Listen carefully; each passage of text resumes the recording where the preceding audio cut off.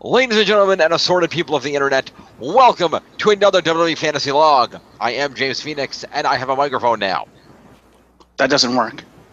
I don't have batteries in it. There'll be sound effects next week, including those, apparently, according to the box over there, of John Cena, Daniel Bryan, and Sheamus. Daniel Bryan! Daniel Bryan! Anyway. I don't think that's the effect that it has. No, but it should be. At any rate, we are here to do the usual shenanigans. We've got a lot of news to cover. We've got a lot of scoring and things going on. Major shit happening. And TLC. TLC is going to be mentioned at the end of it. We're going to get through this as fast as possible. Let's do this. News right off the bat. Let's see here. We'll save the big news for the end of the news. We'll see. I have to do this with one hand now. This is going to be hard. Put the mic down since it doesn't work. But it looks cool. It looks cool on camera. So much for doing this fast. You're an asshole. You're a hypocrite. Well, if you wanted to do this fast, you should have listened to Jeff and put down the microphone. It does not work. Don't defend him. We're going to get through this as fast as possible. Promptly takes 5 minutes to try to figure out what to talk about first. We're going to talk about the new signings that WWE has done and some of the people that have been showing up at the Performance Center. Yeah, one of which I told you about. One of which you did tell me about. We're going to talk about that. First off, we officially don't... You have a problem, Tiff? No, keep going. Well, that was a very exasperated sigh. Are you okay? Fine, keep going. Okay. Anywho. So, we have two new signings for the WWE, and they are Kavita Devi, or Devi, and Shadia Besio. Am I pronouncing these names right? Was that Indian and the Middle Eastern signing that I heard about? Oh, sorry, Besasio. There we go. And apparently, yes, these ladies are making history in the WWE. As Kavita Devi, you might remember her from the Mae Young Classic. She lost to Dakota Kai in the opening round, but she is actually the first WWE superstar, a female WWE superstar specifically, from Yes. so I'm trying to see what from India. Yeah, there we go.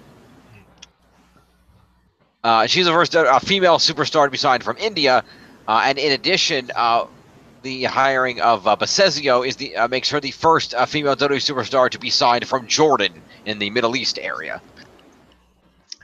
So very cool for them, and I look forward to seeing what they can do in NXT soon. In addition, other people were seen at the Performance Center, including one that Jeff pointed out to me, and that was former TNA Knockout Madison Rayne. Yep. Sadly, we'll never see her boyfriend back in WWE because they hate him. Probably not, but just real quick, other people who were seen at the Performance Center for training and tryouts include Taishan Dong, a 7-foot-tall boxer from China. They had a 7-foot dong? Yes. And you can't teach that. Bada boom. Damn! He was once dubbed the most intimidating boxer on this earth. I think Mike Tyson would beg to disagree. Formerly signed with Oscar De La Hoya's Golden Boy Promotions. Goes by the nickname The Great Wall. Nice. Trish McNair, 28-year-old Army veteran who trained for wrestling under Bubba Ray and Devon Dudley at the Team 3D Academy. Also a rugby player. 6'6", 255-pound NFL free agent Wesley Saunders is in on this one. Signed with the Steelers for a little while as an undrafted agent. Also played for the Colts. 24-year-old Mandel Dixon played halfback and tight end at the University of Tulsa and was in NFL camps. Barrel-chested giant Edward Art, 6'8", semi-pro football player from North Carolina, tips the scale at more than 300 pounds. Second-generation wrestler Motoraj Shota, 12-year veteran, son of the great Gama Singh, one of the most feared competitors in the history of Stampede Wrestling. MMA fighter and karate champion Andrews Nakahara, the Brazilian national of Japanese descent. We have Harpreet Singh, a.k.a. the Punjabi Lion, Robo, a muscular prospect for the New England Independent Circuit. Ashley Lomberger, sports entertainment veteran of a decade who competed nationally under the name Madison Rayne, of course. 27-year veteran Victor Ortiz, grandson of El Vikingo, longtime wrestler on Puerto Rico. Ontario's Jeremy Latour, former Canadian National Wrestling Champion. 6'4", 315-pound former offensive lineman Jesse Somsel, Saginaw Valley State University, and played with the Minnesota Vikings. 220-pound powerhouse Alex Rod, who wrestles on the West Coast as Alexander Hammerstone for a number of independent outlets. 24-year-old grappler Jonathan Hatch was an NJCAA All-American at Southwestern Oregon, former Greco-Roman state champion. It's a long fucking list. I'm not reading all these people. I didn't realize how long that was when I started. Truncated till next week. Is there anyone of note? Probably just Madison Rain. Pro wrestler and stuntwoman Carlina Ellie of Seattle. Wrestler for the past year under the name Carlina Gore. Yes. Gore. Russian wrestler and fitness model Natalia Markova, who fought in Shine Wrestling. I have to ask, the football players, is WWE trying to make the next Goldberg and show up fucking Bischoff to say, see, we did it right? Maybe. Karen Yu, an independent wrestler known in ROH as Karen Q. I don't know. I hope they don't suck like Goldberg did. More students of the Dudley Boys. So just a lot of people from different academies and stuff. That's people from different academies. Just a lot of tryouts, different people for different places. Interesting to see how it plays out. That's fair. If the list is that long, I'd be surprised if even half of them get signed. Probably, but interesting to see the talent that's out there. I also fully expect Madison Rain to debut on the main roster, considering she's been doing this for over 10 years. Yeah, that would not shock me in the slightest. Doesn't need to go to NXT. She's basically female AJ Styles at this point. True, but I make your point. That doesn't necessarily get you anywhere. AJ Styles is AJ Styles for a reason. I point you that Samoa Joe had to go to NXT. That's because Vince is stupid. And he won't be stupid now because... both of those are true. Fair enough. Yeah, she might show up in NXT, but I don't see her staying for very long. Because if she's been doing this for 10 years, she ain't that young. No. And they need to get her on the main roster before she becomes Mickie James. I mean, an old woman. Wow. I'm kidding. Mickie James isn't old. She's our age. Madison is 31. Wow. Okay, she started really young. Fair enough. Yes, she did. Still, in wrestling terms, 31 is no spring chicken. No, but at the same time... At the same time, Kane came back this Monday, and that dude's like 50. But that's because Kane doesn't have to do anything. He grabs people and slams them on the mat. That's all he does. It's not like he's really hurt. It's not like he's the Undertaker who goes up on the top rope and jumps off every other fucking match. Although he does have the clothesline, but he doesn't do it as often anymore. Right. Anyway, let's continue on. We got shit to talk about here. Quick congratulations out to Mickie James, since you brought her up.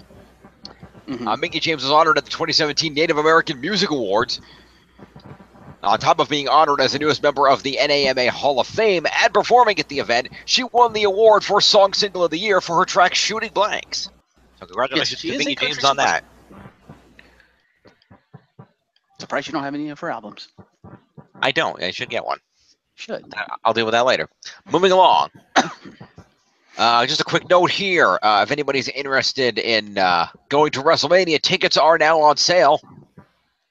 Or I should say they have announced to be on sale. They will be on sale on Friday, November 17th. Travel packages will be available on Monday, though. A week from Monday. So go get your tickets now. 11 a.m. Central Time for the November 17th main tickets. Of course, WrestleMania is Sunday, April 8th, my birthday, at the Mercedes-Benz Superdome in New Orleans. Going back. Ticket prices range from $35 to $1,000. There'll be a limited number of Gold Circle VIP packages for $2,000, which includes seating in the first 9 rows, access to a VIP stadium entrance, and a commemorative WrestleMania take-home folding chair. Travel packages will be available starting Monday, October 30th. Of course, that also includes events like WrestleMania Access, the Hall of Fame induction ceremony, NXT TakeOver, Monday Night Raw, SmackDown Live, all kinds of good stuff like that there. Also, all kinds of events for Make-A-Wish, Be a Star, all that good stuff like that there. So, WrestleMania forthcoming. Be there. What else we got here? All right, let's take a quick minute to talk about stupid shit. Okay. I have 2 words for everybody at home. Impact Pizza. Yeah. Impact Wrestling announced this week that they have signed a partnership with what I assume are the good people. I don't really know their company, but I assume they are. I'm not going to assume until I'm told otherwise that they are good people at Crust and Crate Fast Fire Pizza Pub. We're going to unveil the first ever Impact Pizza. Lashley and Drake are scheduled to eat slices from the inaugural pizza, as well along with the Impact official signature beverage, which they will also have available. That will be happening. The pizza itself will be available exclusively from November 4th to 10th at the Crust and Crate, which is located at 105-325 Marsh Way in Lansdowne Park area of Ottawa, and is in honor of the Bound for Glory pay-per-view that will be happening that week. The first, that's the press conference on the 20th that'll be there. But it's why it's in Ottawa is where Bound for Glory is going to be. That's why they're doing this. That's going to be the pizza will be available from November.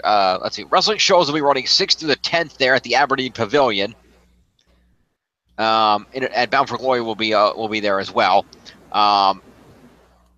And the pizza, the Crust and Crate will serve as the host for every night from the 5th to the 10th, and the pizza will be available all that week, apparently. So it's only available during that week. I'm assuming if it does well, they'll keep selling it, but for right now, it's a special thing to honor the wrestling being in the city all week. So, if you're in Ottawa, Tiff, I don't know how far that is from you, but go get an Impact Pizza. Let us know how it is. That's a couple provinces over. Fair enough. Far.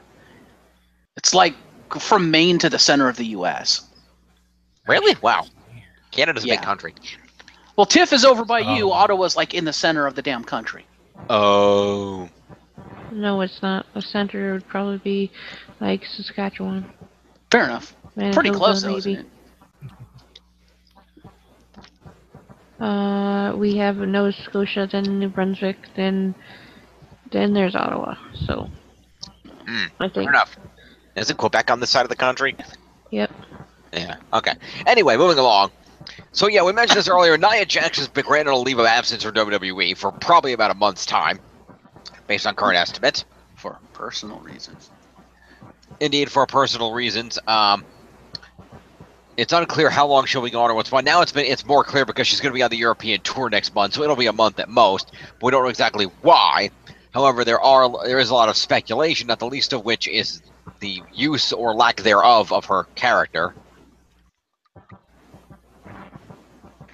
Yep. Also, it's been reported that she's also unhappy with her pay grade. Yeah, and it's worth noting this was her leave of absence was broken by the same user that broke the news of Neville walking out. So accuracy. So people are expecting her to come back with a larger paycheck. Yeah, and probably a revamped character, most likely. It's worth noting that she was scheduled to face Sasha Banks in the pre-show of tomorrow's pay-per-view, but when that fell apart, Sasha had to have an impromptu match with Alicia on Raw to justify them having a match on the pay-per-view.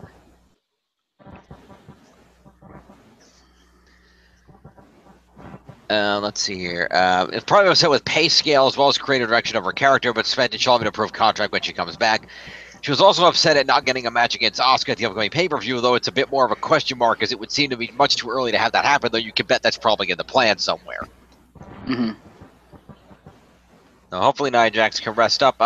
Alexa Bliss, her best friend, did an interview talking about how she just needed some time to rest up because everybody needs a break once in a while. Even she did it a few times in NXT, although it wasn't announced or made obvious, but sometimes you just got to take a break. Yeah. Burnout is a thing.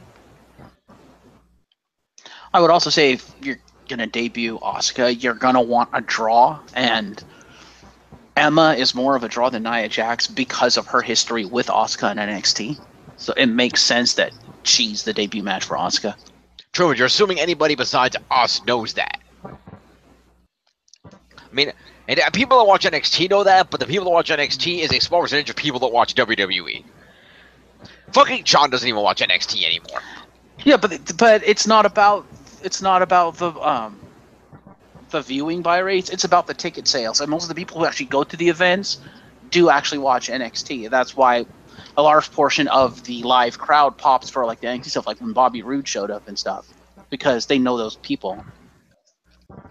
Okay then. Well, it is what it is. Moving along.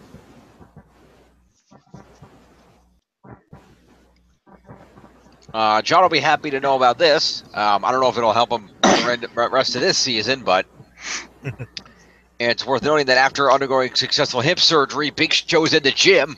He's looking better than ever. Oh, well. And retired. No, we don't know that. Right now, he said he's going to start calling me the Metal Hip Wolverine. Rehabbing, feeling great, working hard. Thanks for all the well wishes. Hashtag the road back at WWE. Now, Big Show's looking great. He's ripped. He's muscular. He's lost even more weight. He looks great. So does that mean he and Taker are going to come back as a tag team called the Canicle Heads? There you go. Only if they're managed by Shawn Michaels and his metal back. There you go. Because I assume Taker had the same surgery. Probably at the standard hip replacement. Yeah. What else? We mentioned Kane earlier. We're going to talk about that in a second. Of course, Kane showed up on Raw out of nowhere. Hashtag out of nowhere. Literally out of nowhere. Like, not even the superstars knew he was there. He just kind of showed up and they were like, the fuck? Yeah, they kept it a secret. But it is worth noting that Kane will actually set, or rather continue setting a record tomorrow night on pay-per-view because it's his first match in 2017, which adds another year to his career of active in-ring participation, which puts Kane at a record of having competed at a WWE pay-per-view in all 21 calendar years that have passed since he joined the company back in 1997 as the Kane character. It might be longer depending on whether Yankum or Fake Diesel got a pay-per-view match. Fair. I'm not entirely sure. I haven't been watching that long. John, did Fake Diesel have a pay-per-view match? I have no idea. Okay, just checking. We mentioned Neville earlier. Quick update on Neville. Sports Illustrated had a featured article about it. Apparently, Neville's been miserable dating back to January. He was reportedly bothered by his match with Austin Aries at WrestleMania 33 being moved from the main card to the kickoff show and then being kept off the official WrestleMania DVD. Yeah, I think the being kept off the DVD was worse. And it's probably what kind of broke the camel's back because any residuals from WrestleMania is basically the largest paycheck in a WWE superstar's career. And by them taking that match off the DVD/Blu-ray, they basically middle fingered Neville and said, "Fuck you, we're not paying you shit for your WrestleMania appearance." Well, they're paying him some percentage for it being on the network. Right, but it's not the check that he should have gotten because he had a WrestleMania match and he got rightfully so pissed off about it. He was like, "Fuck you! I wrestled WrestleMania. I deserve the residuals from WrestleMania. Fuck you!" And he's absolutely right. While this likely doesn't allude to anything, many pointed out that last night's episode of 205 Live still had Neville in the opening video package. But that's probably just an oversight as they haven't had time to take him out yet. No. People are also saying, reports are also saying that that is a very similar reason to why Austin Aries left, because he too got stiffed, said same residual since that match got pulled, and he's like, "No, fuck you. You ain't using me right, and now you're stiffing me my paycheck. Fuck off." Well, and the fact that Austin Aries felt that he shouldn't be stuck in a cruiserweight division, he thought he should be a main eventer. Right. But I think if they'd at least paid him, I think he might have still stuck around. I don't know. Right. Because it's like creative differences you can get around, but being stiffed rightfully owed money? No, that's grounds for fuck you, I'm leaving. Fair enough. Moving along. Many of y'all might have noticed Tom Phillips was not at SmackDown this past week. We got stuck with Cole 2 nights in a row. Young boy Tom. And that is because Tom Phillips got married. So congratulations to Tom Phillips and his new bride. Nice. And the reason he was not there is because he was given the week off for honeymoon. He will be back on this week's SmackDown. So congratulations to him on that. What else we got here?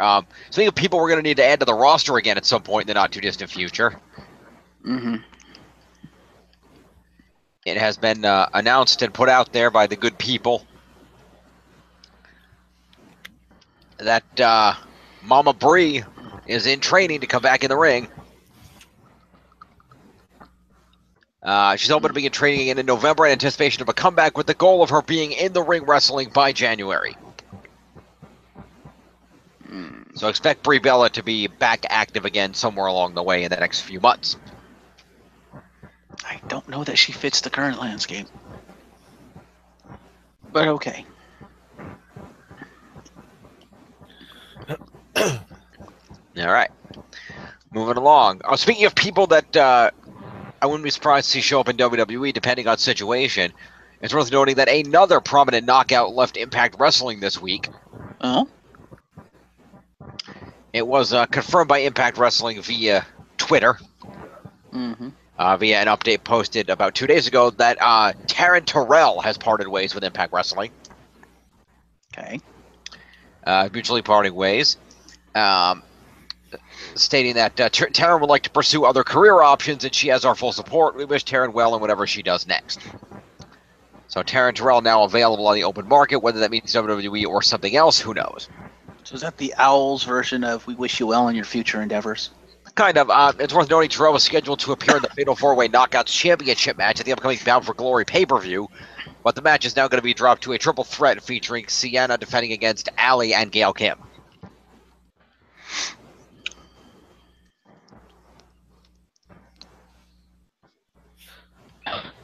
Let's see. In more happy news, the last bit of happy news for this week. You know, I have to wonder, since they're moving Impact is moving lock, stock, and barrel up to Canada, are they going to start requiring their superstars to become Canadian citizens? Wouldn't shock me. Because if that happens, they're going to lose Gail Kim, I guarantee you. Probably. No, I guarantee you, because Robert Irvine's restaurant is in fucking Washington, D.C. He ain't moving. Valid point. Also, he still works for Food Network for some stuff.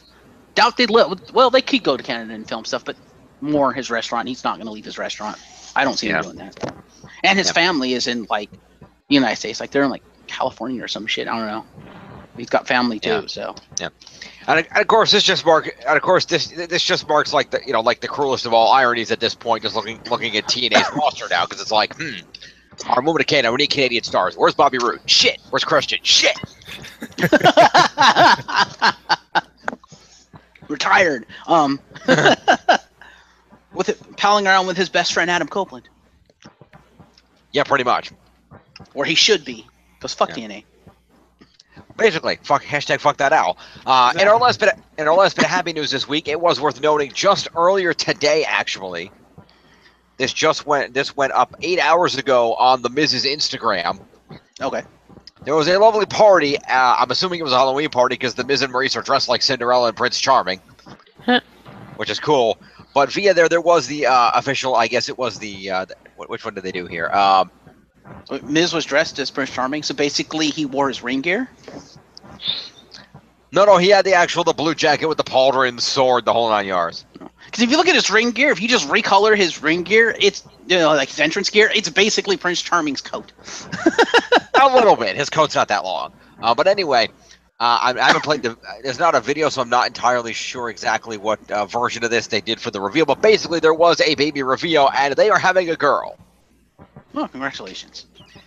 Miz says the hashtag #ItBaby is a girl. As soon as I saw pink, I saw red for any guy wanting to take her out. LOL. If this little girl gets half the brains, beauty, confidence, and strength of her mother at Maurice Bizan, then she's going to grow up to be a powerful woman. Sorry, Maurice, but you just became the second most important woman in my life. I love you. You do realize the first thing that went through my mind when you said the It Girl, right? I said the #ItBaby. Or the It Baby. You do realize what the first thing that went through my mind was, right? What's that? Ha ha ha ha ha ha ha. That's a terrible impression of Pennywise. Don't ever do that again. I've never seen the movie. Neither have I. You do it then. Waha, waha, waha, waha. There you go. But yeah, that's the first thing that went through my mind. Baby Pennywise. Okay then. Anyway, let's move on here. Let's talk about the only thing anybody's talking about right now. Yeah, holy shit. At this point, we got to get this out of the way. So, this story's been developing all week. Let's go ahead and talk about this real quick. So, it was reported at the beginning of the week that I was just at the last week. It's actually been 2 weeks this has been developing now. Mm-hmm. It was at the beginning of last week that Bray Wyatt and Bo Dallas were not at Raw, not this past week, but the week before, and there were some questions as to why. And apparently, rumors going around that there was some kind of illness that they were being kept home to deal with, potentially, but nobody was really sure. There was questions about whether Bray would make the pay-per-view, given for his scheduled match against the Demon King Finn Balor as Sister Abigail. All hail the Pumpkin King. Yeah, kind of. At any rate, as information continued to go out during the week, and Bray and Bo were still not back, and more details about the possibility of it being viral meningitis came out. In addition to now rumors that it might also be mumps. That's the official report thus far. It's one of the two. Well, it's all over all the news outlets, including Forbes. It is, but one of the two. It's either mumps or meningitis. But anyway, effectively, it was announced that Bray would not be making the pay-per-view, and as WWE began frantically testing all the members of the Raw roster to determine if anybody else was infected, they found that Roman Reigns had also come down with it and would not be able to compete tomorrow night. Or tonight, depending on your time zone. So, with the two biggest matches of the pay-per-view card suddenly without major competitors, WWE went into outright panic mode and decided, we need to sell this pay-per-view or we're going to be screwed. Throw everything. So the following announcements were made. The official statement for WWE was as follows. Due to medical issues impacting two superstars scheduled to appear at TLC, streaming live on the WWE Network this Sunday, the special event will now feature Kurt Angle competing in a WWE ring for the first time in more than 11 years as he replaces Roman Reigns in the 3-on-5 handicap main event.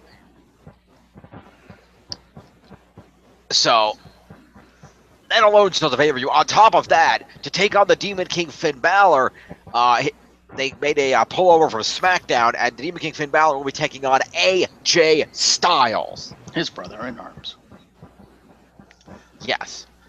So, now, I should mention here that when it became apparent that Bray and Roman were going to be unable to make the pay-per-view, they did go into a scramble, and they started pitching around different superstars who could replace them, and Kurt and AJ were at the top of the list. And I guess luckily enough, Kurt Angle got cleared, I assume. Yep, he's cleared, so that worked out. Although it's worth noting in another article that there is apparently some concern that Kurt Angle's not going to want to go out there and just be another guy, and he's going to go out there and just start doing shit, and they're concerned he might hurt himself, but we'll see what happens, I guess. Dude, you won a gold medal with a broken freaking neck. I don't think they have anything to worry about. This is true. Also, he's not dumb. Yeah. Also, it's worth noting that supposedly that 3-on-5 handicap main event was scheduled to be a very long match. It's worth noting that now that match is likely going to be shortened without the full Shield there to compete. And extra time is probably going to be given to the AJ Styles Finn Balor match. Which I'd be okay with. I think everybody would be okay with that. Especially me, because that could mean more points for me.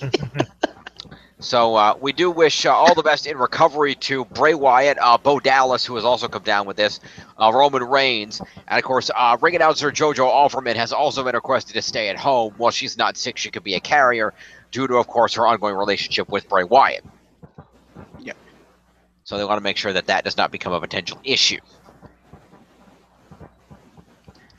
Let's see. More information on this. What else we got here? A WWE rep released the statement. We have confirmed that 3 of our performers have been diagnosed with a viral infection. As a precautionary measure, we are ensuring in-ring performers and staff are tested and immunized in accordance with recommended medical guidelines.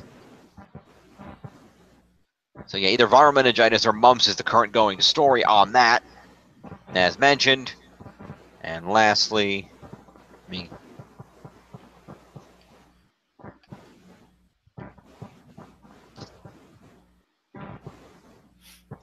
let's see here. There's a real fear others could be infected. They had previously taken Wyatt off the road, along with Bray and JoJo. The writers became aware only on Friday that Bray would not be able to compete at TLC, which is why they were scrambling. Same with Roman. once he got tested. It's noted that apparently Roman and Bray are known to travel together quite a bit, so that's the reason why Roman was exposed to it. And there was, with Reigns and Wyatt both off the pay-per-view, there was significant concern the event would fall well short of expectations, with the company bracing for a negative backlash, specifically with the Shield reunion as the major storyline. It's pretty clear WWE took all that seriously, booking Angle into the match on short notice and giving away a dream match in AJ versus Finn without much promotion. Yeah. And WWE was having all the other competitors for TLC tested to make sure that they were okay to compete. And given there's been no further news on that, I'm assuming that everybody else is okay. Yeah. Now, while I understand why they announced the Kurt Angle thing, part of me says, man, if they were going to do that, I wish they'd have kept it a secret. Because it would have made much more of an impact, no pun intended, if Angle just fucking showed up in ring gear. People would have been like, what? And that entire arena would have lost their collective shit. Yeah. But now they're expecting it because it's all over the news, so it lessens the impact of Angle's return. He's still gonna get a loud pop. It's still gonna be great. You're just not gonna get the collective losing of the shit type effect. But they're probably going to get more people that will watch the thing. True. Because of that. True. But yes, it would have been an amazing surprise. Like, so your brother Roman Reigns is down, you nerds. Who you gonna get to replace? Angle's busy kids. They're like, oh, here comes Angle. He's gonna announce, and then Miz just stops as Angle just walks out dressed to wrestle. He's like, wait, what? Angle's like, oh, it's true. It's damn true. Now I'm gonna break your legs. Let's go.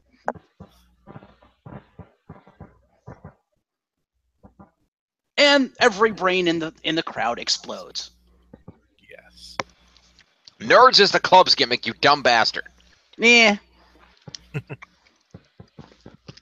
Miz cares not. Anyway, let's go ahead and get into the program and deal with this. Indeed, this will be interesting. We're going to open with Monday Night Raw as we always do. Let me throw up the scores.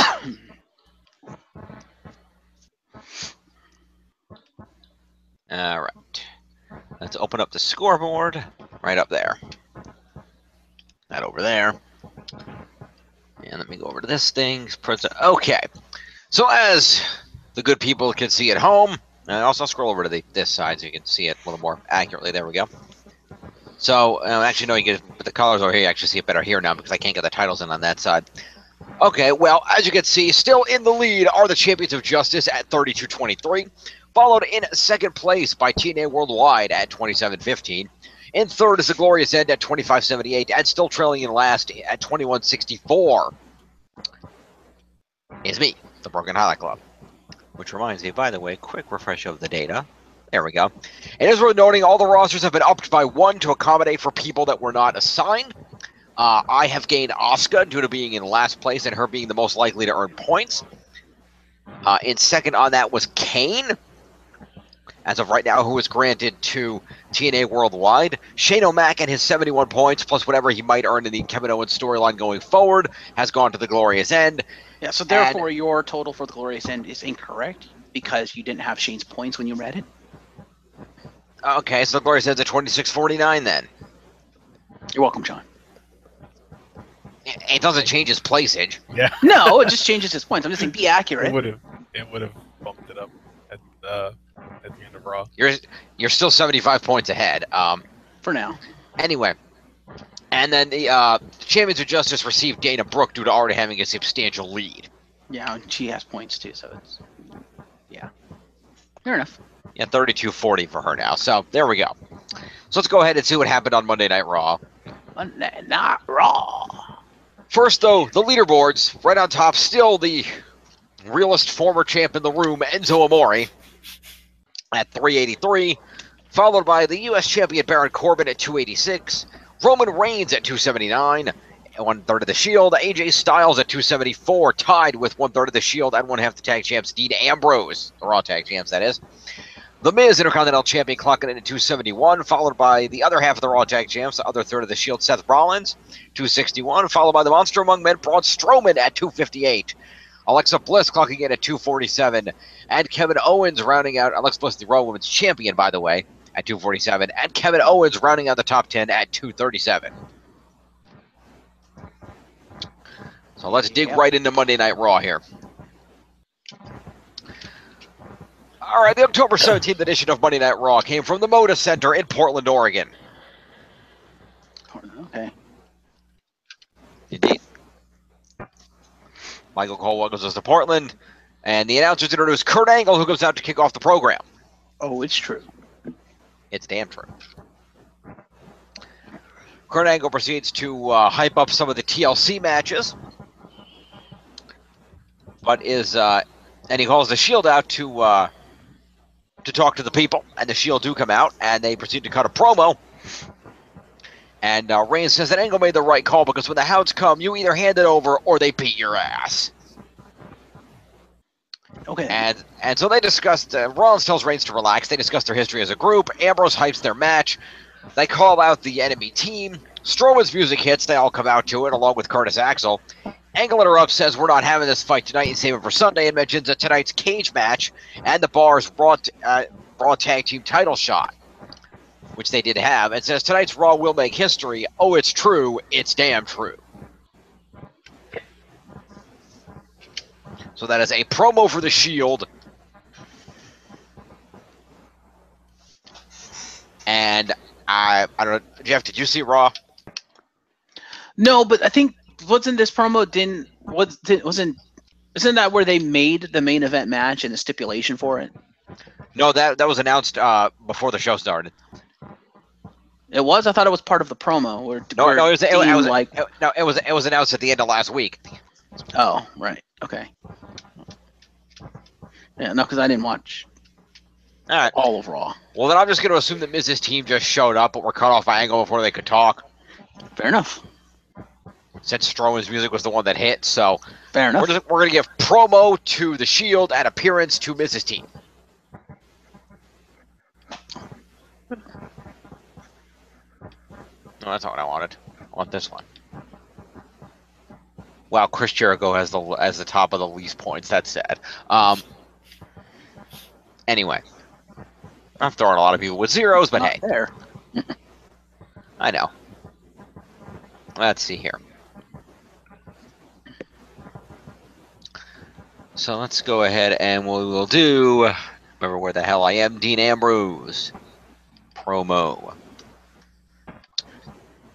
And Braun Strowman is going to get an appearance. 61 for that one.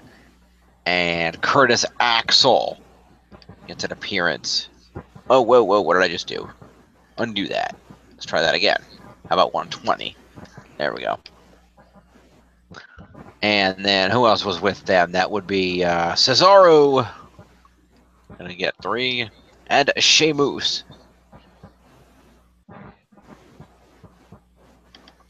Who was after Curtis Axel?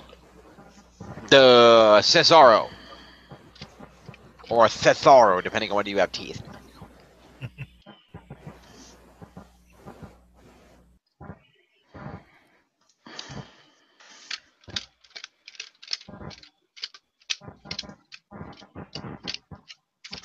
And lastly, not leastly, The Miz, of course.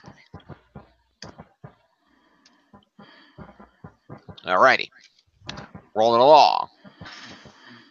Oh, and I forgot to do Roman and Seth for 4, by the way. Well, I'm down on this end.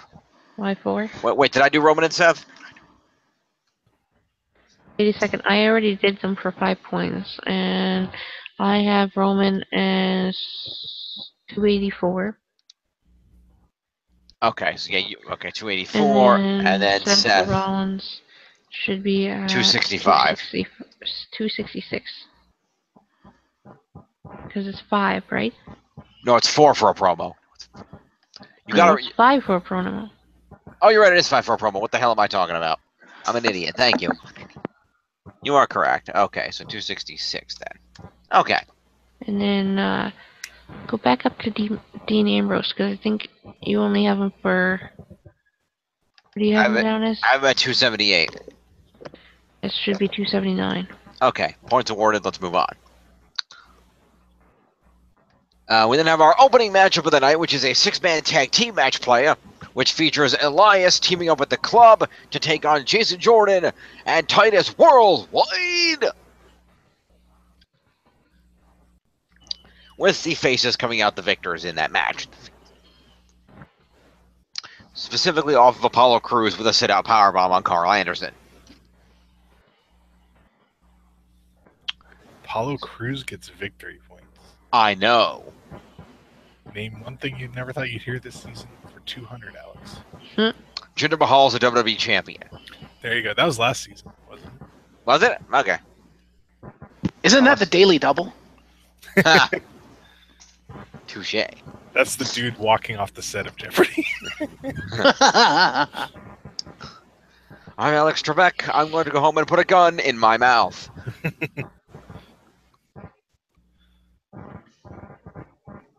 Butter ape. What? Oh, you didn't see that sketch? What is that? Sean Connery on SNL when it's Sean Connery and Alex Trebek. Oh yeah, that's what I was quoting. I was quoting Yeah. Will Ferrell as Alex Trebek. I just don't remember that specific joke. It was. I think it was the amount he bet on. Or no, it was the amount. The answer to the question was butter ape, and then the amount he bet was remove the e.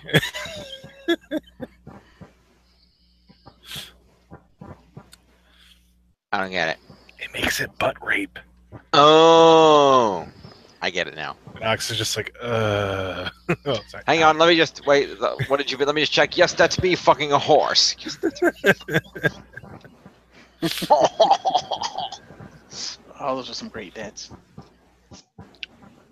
Sorry, I sidetracked this. Alrighty, points. Yes, quite. Let us go ahead. And so, Jordan and Cruz are the only people that got any moves at this match. So, sucks to be everybody else. So we're going to go ahead and we'll do the heels first. They're each going to get 5 points for showing up. So that's going to be 5 points to Elias down here. 33, and 5 points each to Carl Anderson and Luke Gallows. 107, and Luke Gallows is at 120. Okay. And on the victor side, Titus didn't do any moves. So Titus is just going to get the 15 points for being on the winning team.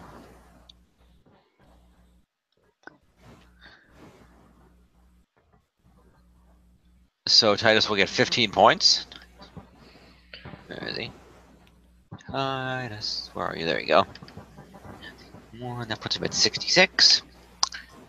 And then we will do Jason Jordan, who is going to get 15 points plus 1 move, is 16 points to Jason Jordan.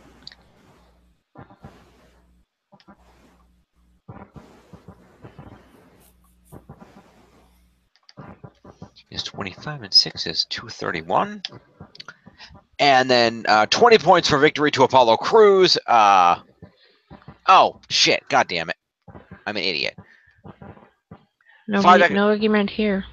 Yeah, I know you won't give it. Five extra points to Titus and Hosey, because they also competed in the match. It's not just win. So Titus should be at 71, and then 5 extra points to Jason Jordan also. I forgot the competition points. Okay. And then Apollo Crews will have 20 for winning, 5 for competing is 25, and 1 for the winning sit-out powerbomb is 26 points to Apollo Crews. 87, and 6 is 93. All right. We have a promo for Asuka's debut on Sunday, and then we cut to Renee Young, who interviews Emma about her match. Emma talks some crap about Asuka, saying she wants attention for herself. She started the women's revolution, beat 4 of the top superstars last week, blah, blah, blah. Alexa Bliss shows up, agrees Asuka hasn't proven herself, thanks Emma for her hard work, and then trashes Mickie James, saying she's not a locker room leader, and says the young wrestlers need to stick together, and asks Emma to be her partner for a tag match later tonight. She agrees. Promo to Alexa and Emma.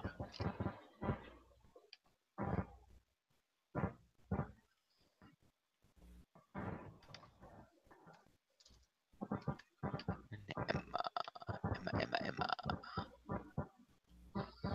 I went too far. There we go. 163. Okay. Next up, our next match is Cedric Alexander versus Gentleman Jack Gallagher, which Cedric wins. It's worth noting that Rich Swann and Kendrick are in their respective allies' corners for this match. So that is going to be Swann and Kendrick are each going to get accompaniment.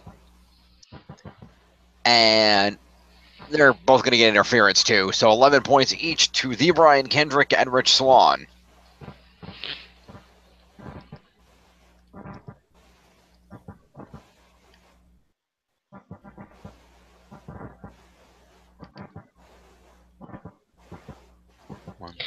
Right, let's see here.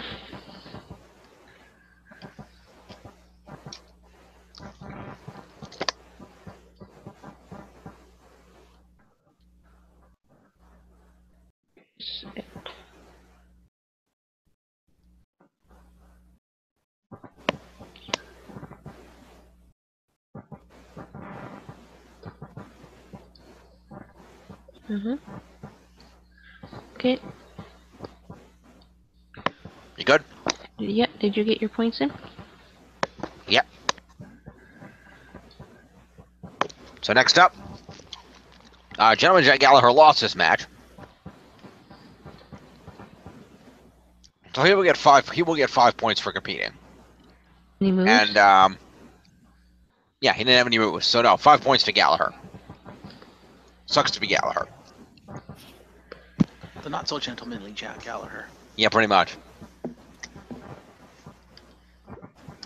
6. All right. Well, friends, there's a reason before WWE he was known as Jack Toxic. Really? Yes. Dude, they need to use that name. Jesus. Yeah, he was Jack Toxic, and he was allied with who was his partner? I don't remember. He had a partner, and they had a clever tag team name. What the hell was it? Let me see here.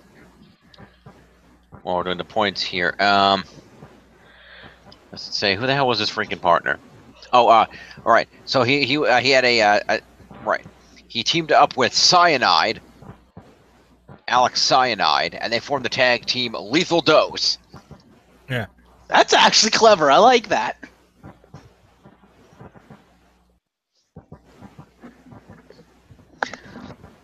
Anywho, so Cedric Alexander won the match. That's 20 for winning, 5 for competing, and 1 for the lumbar check that he won with is 26 points to Cedric Alexander. I heard it was one hell of a lumbar check too, and that Jack sold it like hell. 49 and 6 is 255. And the top 10 for Cedric. Woo! He's back for now. Yep. All right. We then have Miz come out to the ring for the latest edition of Miz TV. Yeah, this was a promo I was thinking about. He was accompanied by his team, minus Braun Strowman, who was presumably getting prepped for his cage match. Miz no, because it wasn't announced. This is the promo where the match was announced. This is the promo I was thinking of. The cage match was announced on the previous week's Raw. No, it wasn't. Yes, it was. No, it wasn't, because I just saw the promo. Did you watch that Raw?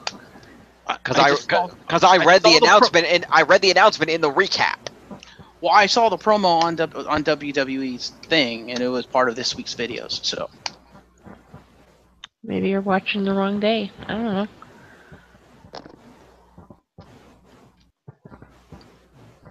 I don't know what to tell you, but the cage match was known last week. Well, read the promo. I guarantee you this is the promo. Miz says the Bar will capture the tag titles from Rollins and Ambrose tonight, and Sheamus and Cesaro talk about their plans to shatter the Shield. The fans chant, "You look stupid" at Sheamus. Back to the Miz, he says that they're all a family and gives a shout out to Bo Dallas, who isn't here. Then introduces their guest tonight, Braun Strowman, who comes out, mentions the Shield putting him through the announce table last week because none of them can stop him on their own. Says he'll now tear the Shield apart piece by piece until they're done and gone forever. And Strowman says when the cage door closes tonight, he'll make sure it's locked so Reigns can't run away. Miz interrupts, says the Shield is no match for this group, and brings up how Ambrose said they could take on 4 or 5 people. Miz says that he wants to add a 5th member to his team, as the crowd chants for Axel. Before he makes the announcement, Kurt Angle interrupts, says Miz is going too far, and tells him to shut the hell up. Angle says if Strowman beats Reigns in the cage, they can have a 5th member, but if Reigns wins, the match goes back to being a 3-on-3. Okay, I told you this is where the stipulation was added. Yeah, but you were talking about when the promotion for the cage match was announced. Oh, You didn't say when I anything saw about the stipulation just now. Fair enough. Well, when I watched the promo, it sounded like he was making the entire match. So I misunderstood that part of it, but Well, he wasn't. So anyway, and when you said stipulation, I thought you meant the cage. Be more specific next time. I thought you actually read the results and knew the stipulation. My bad. Anyway, arguments aside, people, let's get on with it, please. Arguments are never aside on this show. It's our trademark. Anyway. So yeah, promo to Miz's team, basically. Also, Strowman's the one that accepts the challenge, and Miz just kind of gives him this look of, the fuck are you doing? Curtis Axel. And Braun Strowman. And Sheamus. Well, let's do Cesaro first since we're on this end. Cesaro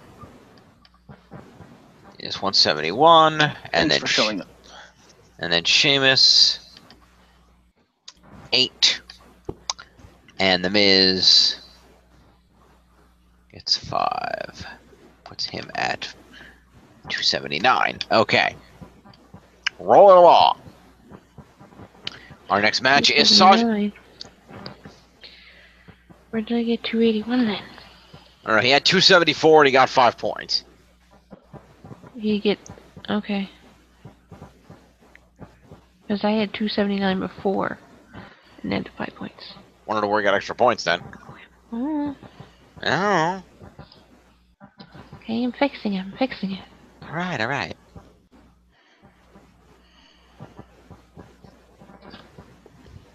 Alright. We're good. Alright. Next up, Sasha Banks takes on Alicia Fox because we need to justify a pre-show match. Yep. And Sasha manages to win this match. And, off a Banks statement. And Alicia throws a fit and refuses to leave after the match is over. As per Alicia Fox's, usual shtick. Yeah. We see Enzo getting ready to head out to the ring, and then we cut back to Sasha doing an interview where she gets jumped by Alicia and beat up in the hallway, and Alicia also shoves a referee onto the ground who tries to stop her. So, we're going to go ahead and do Alicia Fox lost the match. But Alicia Fox did have 4 moves in that match. So Alicia's going to get 5 for being in the match, and 4 for the moves, and just for the sake of it, 4 for the assault in the hallway afterward. That's 13. It's 13 points to Alicia Fox. Also, this week's Michael Cole fail. I don't know if there's more than one, but this one, yeah, you know how Alicia Fox was like, well, I don't have a t-shirt, 10 years, and I don't have a t-shirt, blah, blah, and she's been complaining about that. And Yeah. Cole apparently was like, you know, yeah, she should be upset because she has been here 10 years, doesn't have a t-shirt. Never mind the fact that if Cole had actually taken out his cell phone, gone to WWEshop.com, he would have seen the Crazy Like a Fox t-shirts on sale. So Yeah. she clearly had a t-shirt at the time she ranted about not having a t-shirt, and Cole's too stupid to know that. I'm just like, oh, Cole, what are you doing? yeah, well, shit happens. Anyway, moving along. Sasha Banks won the match. That's going to get her 20 points. She's going to get 5 for being in the match, is 25. And she's going to get 2 for moves, is 27 points to Sasha. Like a boss. Like a boss. Is 88 plus 7 is 195. Alright. Next up, Enzo Amore comes out to the ring, introduces himself, does his usual shtick, says he's missing the Cruiserweight title. He shows footage of him listening to Kalisto saying it was unfair because the entire division was against him. And Kalisto comes out and interrupts and knocks Enzo for trying to cast blame and for wearing knockoff Gucci clothes. Enzo says he doesn't wear knockoffs. He's wearing $10,000 worth of stuff right now. At least he's not Ellsworth.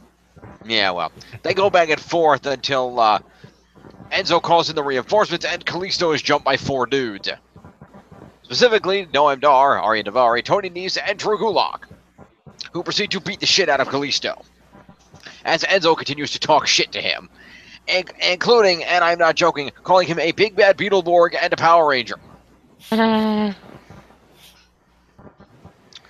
big See, bad that would have been more Beetleborg, you Power Rangers looking gabagool. Whatever the hell he called him, I don't know. I don't think it's a gabagool, but he called him something. That would have been funnier or more appropriate if he'd have been Yeah. cutting that promo against Sin Cara. Yeah, well. He still cut it. He got beat down. Mustafa Ali came out to save him, and they beat the shit out of him, too. The fans chant for Neville. Neville doesn't show up, and the faces are left lying in the ring.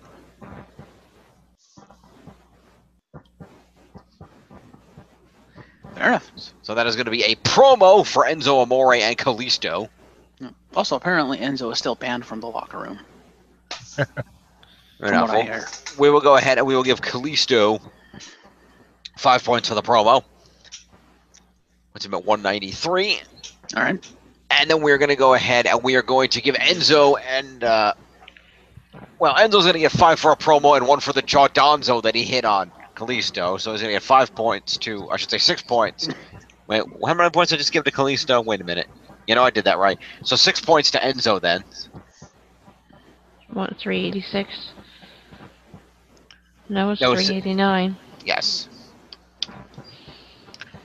And then we're going to give assault points to the other 4 gentlemen who showed up. As well as Enzo, because that was an assault. So Enzo should actually have 4 more points. So Enzo should actually be at 393. And then we're going to give points to Drew Gulak, is going to get 4 assault points. At 99. And 4 assault points are going to go to Noam Dar.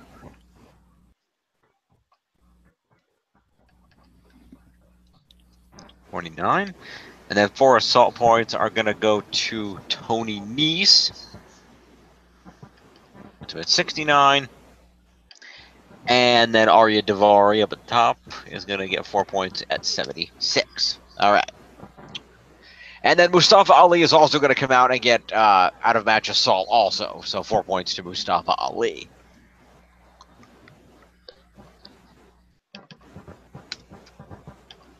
All right. After this, we have ourselves a Raw Tag Team Championship match. With Seth Rollins and Dean Ambrose defending against The Bar. We are the Bar. Pretty much. And they lose. They do lose. Ambrose and Rollins retain. So, All the points go to me. yeah, pretty much.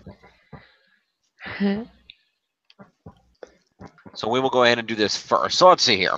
We'll do the losers first. So Cesaro is going to get 5 points for being in the match.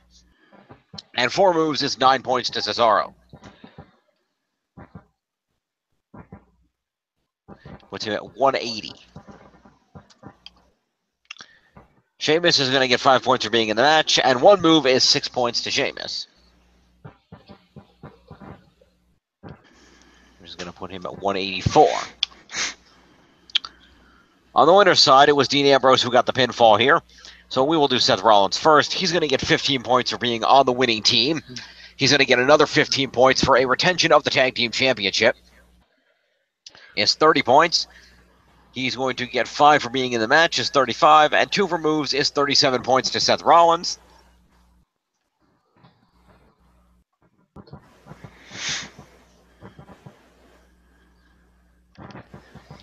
Is 96, and then 7 is 303. 303.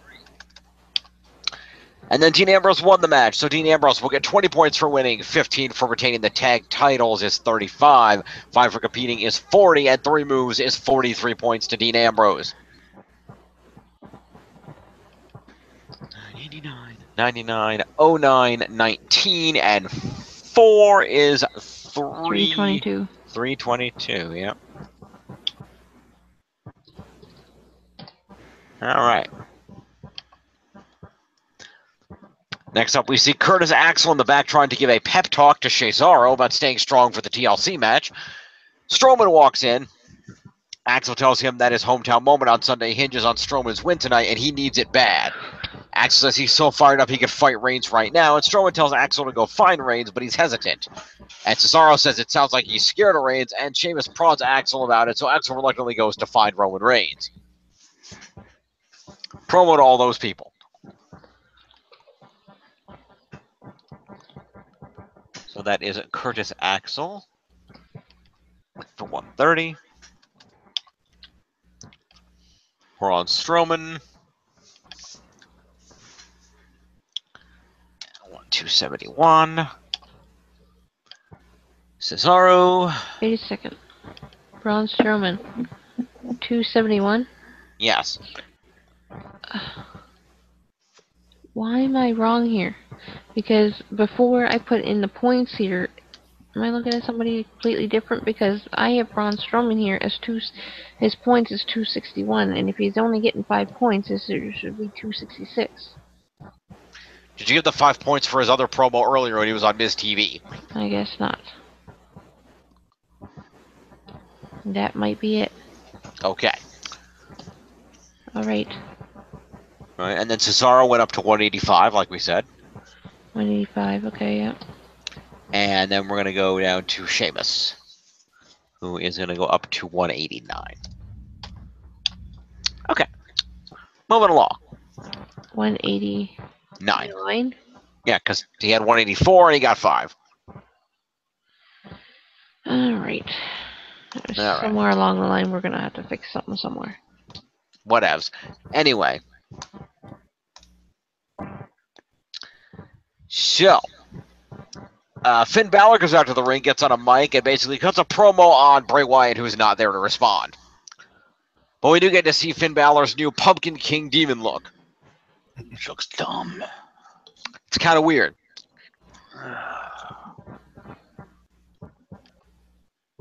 Here, hang on. Let's The ruining of Finn Balor. Yeah, did you see this, John? No. All right, hang on. Let me Prepare to facepalm. Let me do that. 1 sec here. Let me just pop in here real fast. Come on. Not that. Where the hell? Damn it. All right. Let me just do this. Screw it. You didn't have it prepared? I did not. I wasn't in, but I can pop it up. It's right here in my folder. I just got to go get it.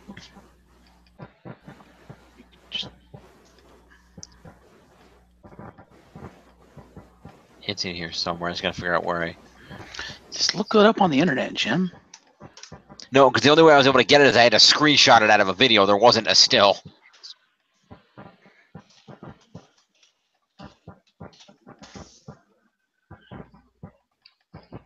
You know what, screw it. I'll just open it in the Skype combo that I sent it to you in. No, I sent it to you on Twitter. Then I'll open it on Twitter. Here, Jim. You call yourself a librarian. Who calls himself a librarian? He does. Oh, it's true. Oh, here it is. Okay. So, it is this one. There. Where? Can you see my screen? I see a black screen. Oh, for fuck's sake. Well, isn't it screen sharing it? Did you not hit the right button?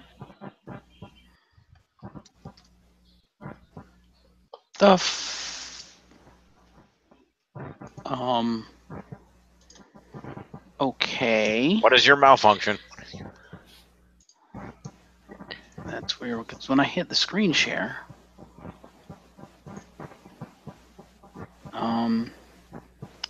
As usual, I have to do everything myself. Here we go. Is it on a pumpkin?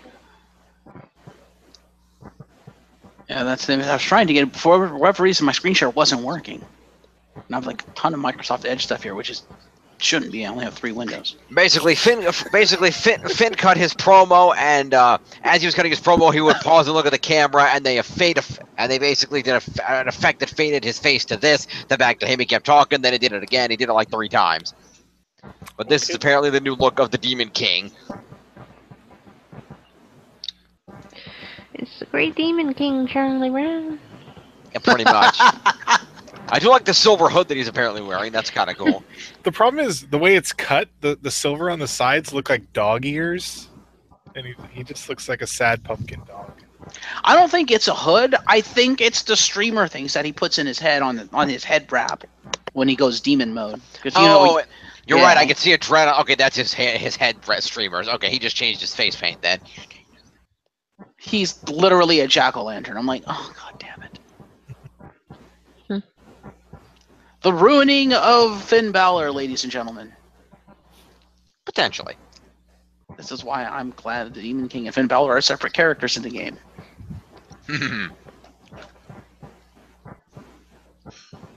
Fair enough. So that was Finn Balor. Also, did they have to make his nose black? He looks like a fucking animal with that, like a dog or something. I think the idea was a skeleton effect. They failed. Yeah, they tried. Moving along. Close that out. Back over to this. So promo to Finn Balor. This is where we started all this. What's him at 175? All right. And then after this, I see a promo for Asuka's debut. Michael Cole informs us that Alicia Fox has been fined an undisclosed amount of money for shoving a referee earlier. And then we go to a tag team match play of Emma and Alexa Bliss taking on Mickie James and Bayley.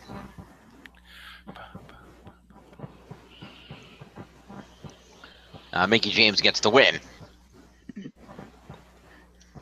So Emma and Alexa did dick all, so they're going to get 5 points each. Great.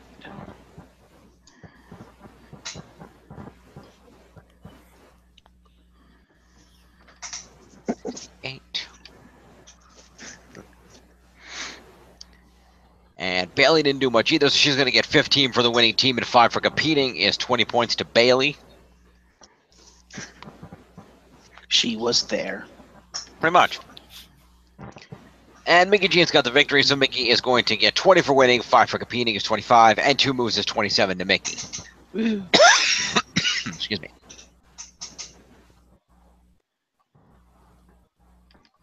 I mean, that's Mike Canella, so I want Mickie James. There we go. So it's 61, 71, and 7 is 78. All right. We cut backstage to Curtis Axel looking for Roman Reigns. He sees the Shield in the distance and psychs himself up, then walks toward them. We only see this briefly for a moment, so I'm not going to award any points for it. Then we're going to move on. Back from the commercial, we see the Miz backstage with Braun in the bar. They mentioned that Axel wanted to find the Shield, and Miz gets worried and leaves. Do we want to give promo to Miz in the bar for that, and Braun? Again? Half promo. Yeah, mini. All right, we'll give a mini. 3 points each to those people then. 3 points to Braun Strowman. And 3 points to Cesaro. And 3 points to Sheamus.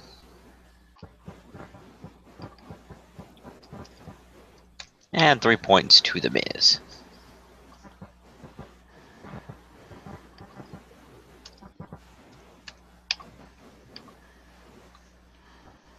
All right.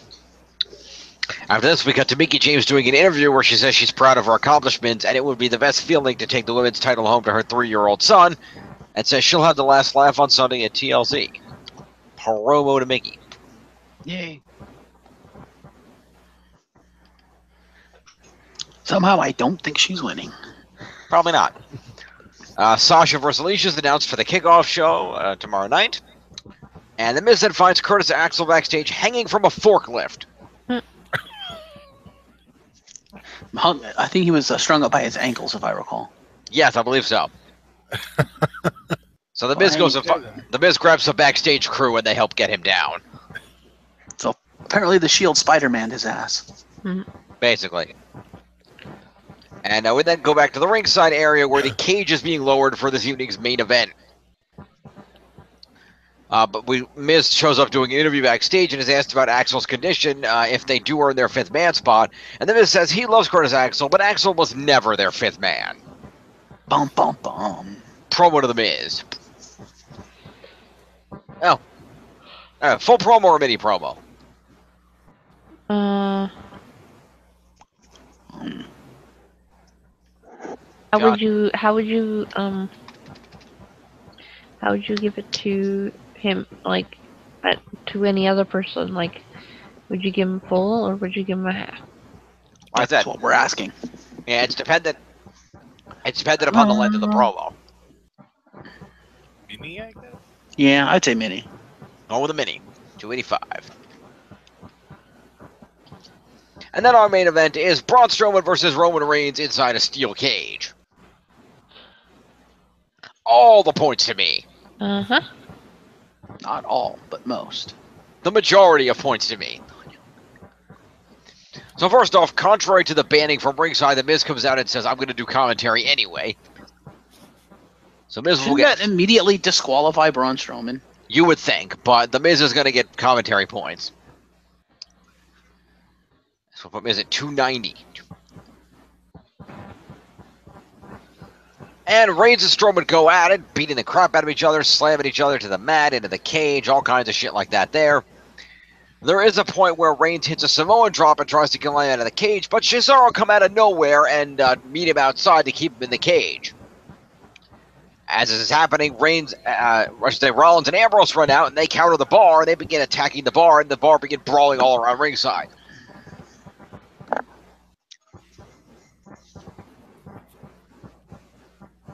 Alrighty then. Meanwhile, as the two tag teams are fighting out into the crowd and away, Reigns continues to climb over the cage, but Strowman grabs him, pulls him by the wrist, and then superplexes him back into the ring as the crowd chants, "Holy shit!" Reigns kicks out of a pin count at 2, and the bar continues to brawl. Miz gets over from the announce table as the tag team brawls into the backstage area. Rollins and Ambrose use chairs to lay out Cesaro and Sheamus. They all brawl into a room, and Miz then closes and locks the door behind them to keep them from coming back to the ring. Back in the ring, Reigns tries to climb out again, but Team Braun keep fighting back and forth. Everything goes a little bit south when Reigns manages to hit a Superman punch and then goes for a spear, but all of a sudden the lights go red and hellfire and brimstone erupt. That's gotta be Kane! That's gotta be Kane! He wasn't British. I was doing a mole impression. No. That's not Mole's proper British accent either, you racist fuck. Eh. That's gotta be Kane! Anyway, Kane emerges from beneath the ring, ripping himself through the canvas, and proceeds to grab Roman Reigns, who is in shock, chokeslam him, then Braun hits him with a power slam, then Kane tombstones him, then Braun hits him with another power slam, and then pins him. Following the match, The Miz comes back out to the ringside, to the stage, climbs on top of a ladder that is placed there, and announces that Kane is the 5th member of their team.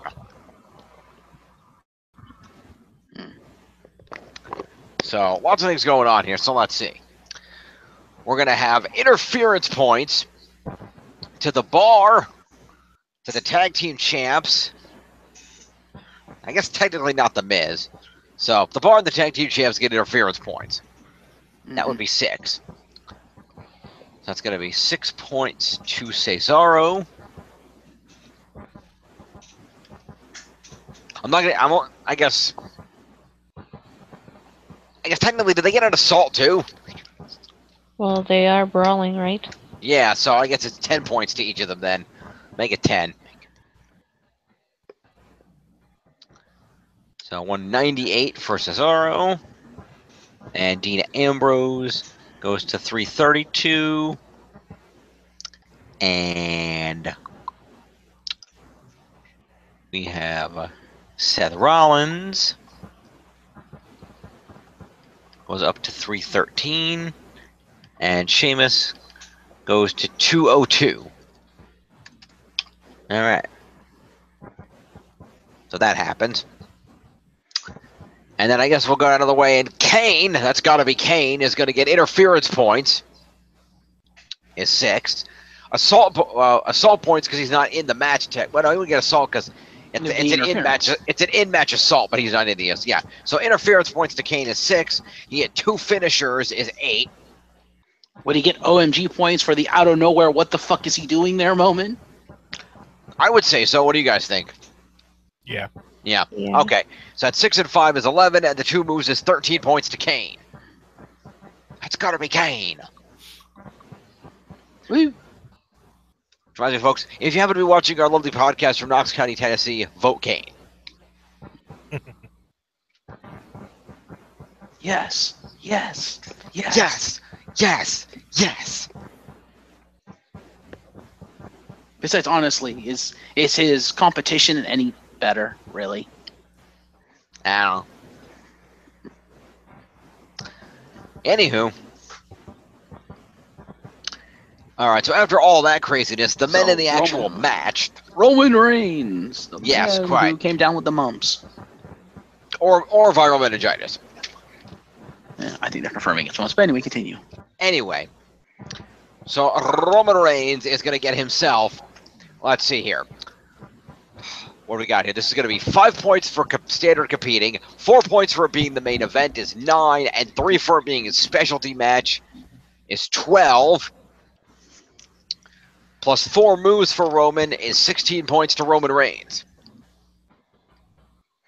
The last points he'll be getting for a while. Probably. For a few weeks, anyway. What did I say, 16? 300. Yes. You said It's 16. 300 even. All right. Beautiful. And then the Monster other... among men. The Monster Among Men, Braun Strowman, is going to get... Let's see here. He's going to get the aforementioned... Let's see, he's going to get... Again, the same thing, 5 for competing, 4 for it being the main... Well, let's just do it the other way, the easier way. Braun Strowman gets 20 for winning this match. He gets 10 for winning a specialty match is 30. He gets 9 for being in and winning the main event is 39. 5 for actually competing is 44. He gets 3 for competing in his specialty match is 47. And 6 move points is 53 points to Braun Strowman. Braun! Pretty much. More, that's it. 77, 87, 27. 97, 07, 17, 27. Yep, 327. All right. Braun. In top 5 or top 10. Or was Top he always 10. in the top 10? He was already there. He was number 10. He was just barely in the top 10. Now he's moved up. All Consider right. And I'm going to throw Miz 3 points for announcing Kane as his member at the top of a ladder. I could go with the joke, but I'm going to leave it. Go right ahead. No, I'm not. No. Okay, then. No. Nice. All right, so This isn't Radio Dead Air. We're not that lowbrow. that is Monday Night Raw. I don't know about that. Yeah. Let's check the points. Sure. Refreshing the scores. All right, what do we got here? In the lead at 3,500 points even are the Champions of Justice. Yep. They're Followed Yep. in second place at 2857 by TNA Worldwide. In third is the Glorious End at 2738, and still in last at 2277 is me. Hey, you're catching up. okay. 2277. We get 2738. The only 2 things I'm wrong on here are my points and Jeff's points. Okay. So let's go through this really quick. From top, Yep. with Jeff's, we have 274. Yep. 115. Yep. 252. 257. That's probably where it is. 257. Yes, because Alexa competed in the match, but also was in that promo that Emma cut earlier in the night. So that's Alexa. Does that make the number accurate? Does that put it at 2857? I'm gonna see right now. 2857. Yep. Yep. And then what's up with yours? So 76, Yep. 286. Yep. Bo's not there. Skip him. 114. Cesaro. Wait a minute.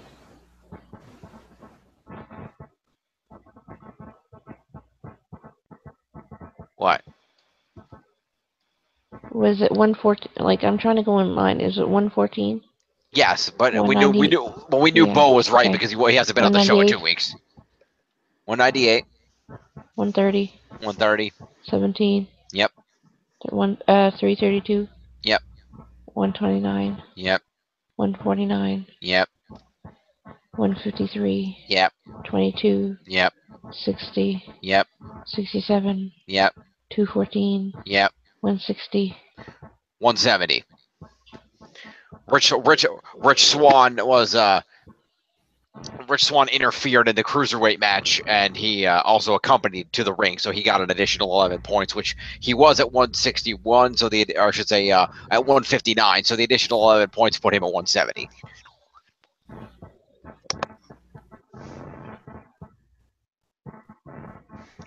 Jim, go type the totals while you're waiting. 3,500. And we're good. All right. Or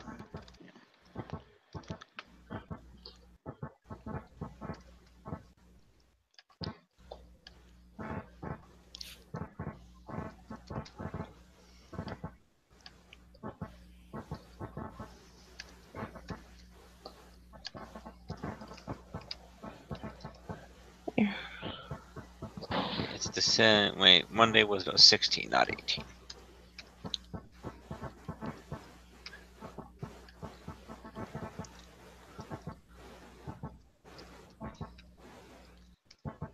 No, wait a minute. 16. 17, you idiot. Yes. Yeah, I know. 205 is 17, yeah. I want to No, make sure. wrong year. What? Oh.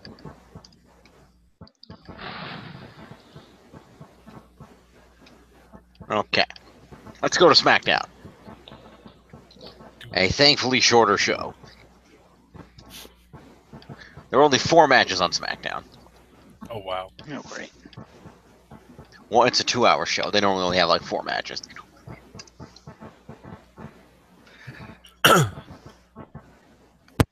And by the way, shame on the both of you Who? for not being there, because SmackDown took place at the Key Arena in Seattle, Washington.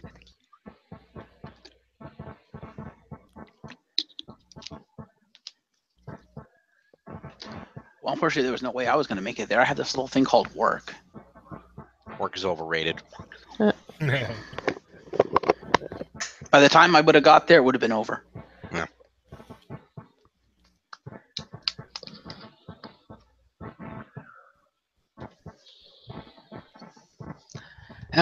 Anyway.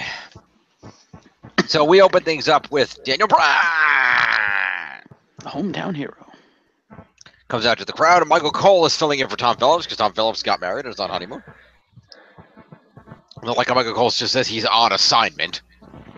Like, no, let's not congratulate our coworker on air because fuck that. Anyway, Bryan says tonight's show is going to be special. He announces a 6-woman tag match featuring Natalya, Tamina, and Lana taking on Naomi, Becky, and Charlotte, and that Bobby Roode and Dolph Ziggler are going to have a rematch tonight from Hell in a Cell. Also adds that Jinder Mahal has a special announcement to make tonight. Speaking of Hell in a Cell, he says that Sami Zayn disappointed him, and basically starts talking about how he always wanted Zayn on SmackDown and how he liked the guy.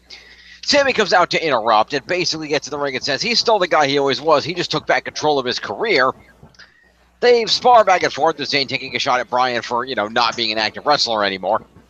Sami gets booed and says he just doesn't care what the fans think anymore, and it's amazing. He says he used to look up to Bryan, but now Bryan is the last person he wants to be like. And he says that Bryan is a housewife. Kevin Owens comes out and adds that Zayn is finally taking his advice and says that he wants to clear up a few things. That number one, you're absolutely right. Daniel Bryan was practically Mr. Bella at one point. But that aside, he's also a hypocrite because Daniel, you have become, you talk about, you're saying you're doing what's best for these people. No, what you really mean is you're doing what's best for business. Daniel Bryan, you are a hypocrite because you have become what you spent your entire career fighting against. You are the authority. Oops. Oops.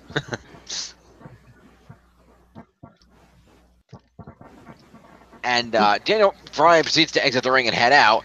And, like, where are you going? And Owens is like, oh, that's right, I forgot. Leaving the building is the best you've got now. Uh-oh. Daniel Bryan pauses at the top of the stage and turns around and asks, you want to know where I'm going? I'm going to go find two guys to punch you in the face. Is that what he said? That is exactly what he said.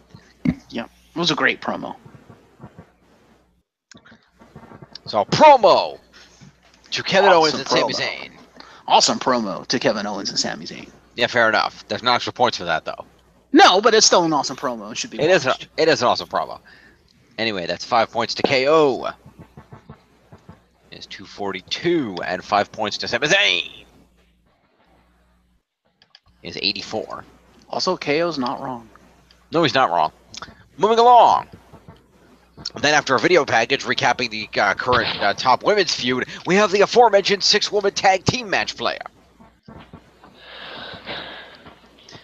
Of Charlotte, Naomi, and Becky versus Natalya, Lana, and Tamina. So we will score this quickly. We'll do the heels first because the faces won. The only heel who got any points for moves was Tamina. So Lana and Natalya are each going to get 5. Thank you for showing up points. Wait, is a six-person tag a specialty? I think so. No. No. Okay. Then 5 points each to Lana and Natalya.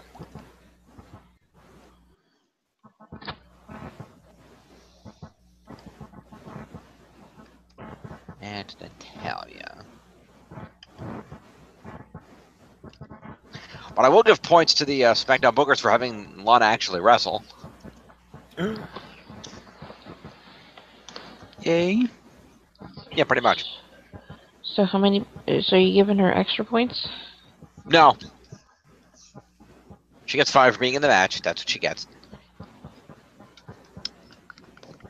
And then Tamina gets 5 points for being in the match and 2 for moves. Is 7 points to Tamina.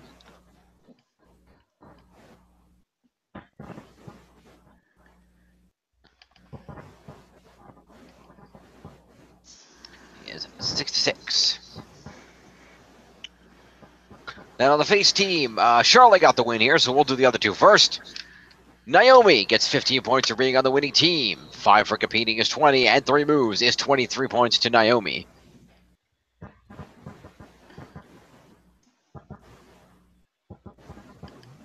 And he puts her at 90 even. All right. Becky Lynch has the exact same 23 points, actually. 23 points to Becky Lynch for the same thing. She also had 3 moves. So 96. Yep. Charlotte won the match. She gets 20 for that. She gets 5 for competing is 25. And 4 moves is 29 points to Charlotte.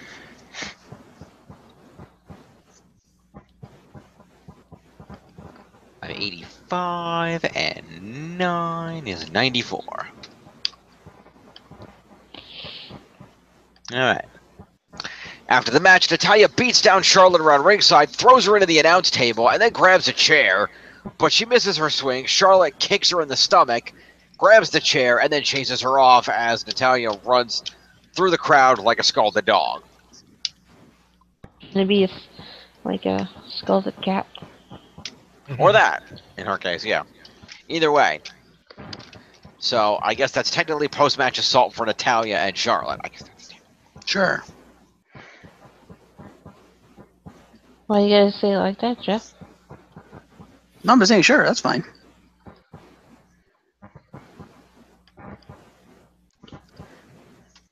$197 for Natalya and Charlotte. We get put up at 98. They beat the crap out of each other. That's perfectly fine. Yes. Next. Why you gotta say it like that? To you too.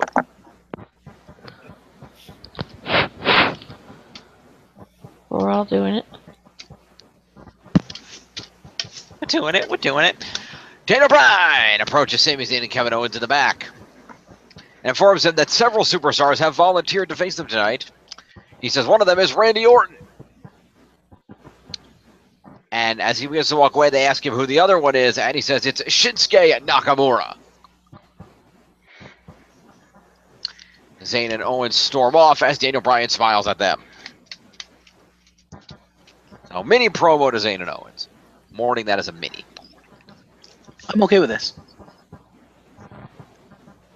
Of course you do, because you get points. Yeah, but he could have sat there and argued that I should have given him full promo points, and he didn't do that, so. Yeah. And after this, we cut to the backstage area because it's time for Pulp Fashion. This was fucking brilliant. So, the Ascension are sitting in a room, and Breezango enter and set the briefcases behind them on the counter in front of their bulletin board. And Breeze takes a bite out of a cheeseburger and begins choking on it. I should mention Breeze is in drag. He begins choking on it, and Fandango's like, he's allergic to pickles. And so he lays Breeze on the ground. He's like, what are we going to do? And the Ascension are like, we can help him if you agree to be our friends. Fandango reluctantly agrees. The Ascension pull out a comically large needle. And it's white, too. And it's a comically large white needle, and prepare to jab it into Breeze's chest when he suddenly wakes up. And Fandango's like, wait, you're okay. You're all right. Of course I'm right. I'm not allergic to anything. That burger was just nasty. What kind of... And the Ascension's like, well, yeah, it's on a healthy gluten-free bun. Like, oh, gross. And the Ascension now try to still engage their deal with Fandango about being friends, and they refuse. But it's at this point that Breeze points out that the briefcase has disappeared. Well, the camera was panned down at him on the floor. The Ascension says, all right, Fashion Force 4, assemble. And they put their fists out, and Breezango just look at them, shake their heads, and then walk away. I also loved earlier on when they're interrogating the Ascension. Like, the Ascension's like, come on, you're on the 2B case. It's obviously Rowan and Harper. And they're like... It's obviously the Bludgeon Brothers. Yeah, the Bludgeon Brothers. And then they're like, no. So obviously the Ascension are smarter and have figured this out. So what I want them to do is I want them eventually to completely join forces, and I want them to do a parody of Scooby-Doo. There you go. That'd be great. Also, Jim, did you notice the Fashion Files board this week? I did not see the board this week. What did Holy crap! It's probably the best one I've seen. It made me laugh so hard.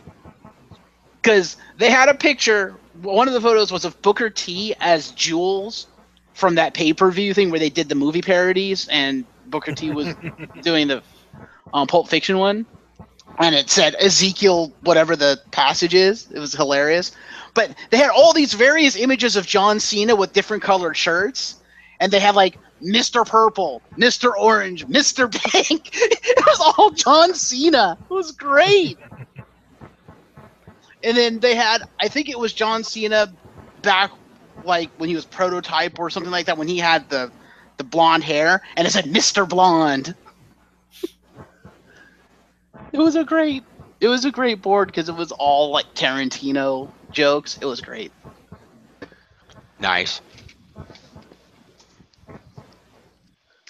Yeah, I loved the Pulp Fashion. It was great. Now, tell the folks at home and John and Tiff the thing you mentioned to me about the end of this. Of course, I wouldn't know because I've never actually seen it, so I wouldn't have got it. Uh-huh. I didn't see it either. I'm talking about what the reference is from. I've never actually seen it, so I wouldn't have got the reference. Oh. Jim? What reference? The to be continued? Oh, yes. So they brought up a to be continued, and I could not help but notice that the to be continued words were written in the Stranger Things font. Okay. So I guess we're getting a Stranger Things parody next week. or whenever they can be bothered to give Breezango airtime again. So, promo to Breezango and the Ascension.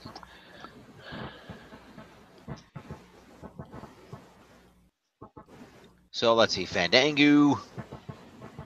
5, 3. And Connor, yeah, thank you. Not their names. I have to admit, I actually kind of like this role for the Ascension. It actually makes them funny. It does. 9. And Tyler Breeze. 38. Okay, moving along. We then cut out to the ring, where Baron Corbin has a match against Sin Cara. Baron Corbin opens up with a promo asking the fans if he should make this a U.S. title match. Then he says he won't because he only cares about his own opportunities, and the U.S. title open challenge is hereby closed for good. Yeah, admittedly, that was brilliant. And then he proceeds to lose to Sin Cara via countout. Yeah. So, Sin Cara, let's see, how do we lose with a countout? So Sin Cara won the match, let's see, on a countout win, so he'll get 10 for a countout win, and 5 for competing is 15. And Sin Cara had 1 move, so 16 points to Sin Cara. How about that? Sin Cara earns points. All right. Not that Tiff needs anymore, but...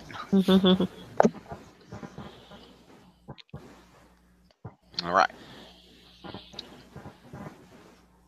Meanwhile, Baron Corbin got counted out. He lost, so he's going to get 5 points for being in the match, and that's about it. No moves? As far as I can tell, he did not hit any moves. Is there a difference between an intentional or an unintentional countout? Nope. Okay, because I get the feeling Corbin just walked out of the match, but I could. No, he didn't. It was a legitimate countout. It was. Sin Cara drop kicked him out of the ring, and then hit him with a suicide dive, then hit him with a splash off the top turnbuckle onto the mat, and then ran back in the ring, and Corbin got counted out. Wow, that's surprising. Yeah. Well, Corbin's a bitch. Wow. Okay, you're U.S. champion, ladies and gentlemen. Yes. Also, for the record, for those of you keeping score of the hierarchy at home, he just beat Baron Corbin, so Sin Cara is now better than AJ Styles. Yeah. Just saying. Anyway, so yeah. Well, Sin Cara does have a morpher. That's true. So Baron Corbin gets 5 points.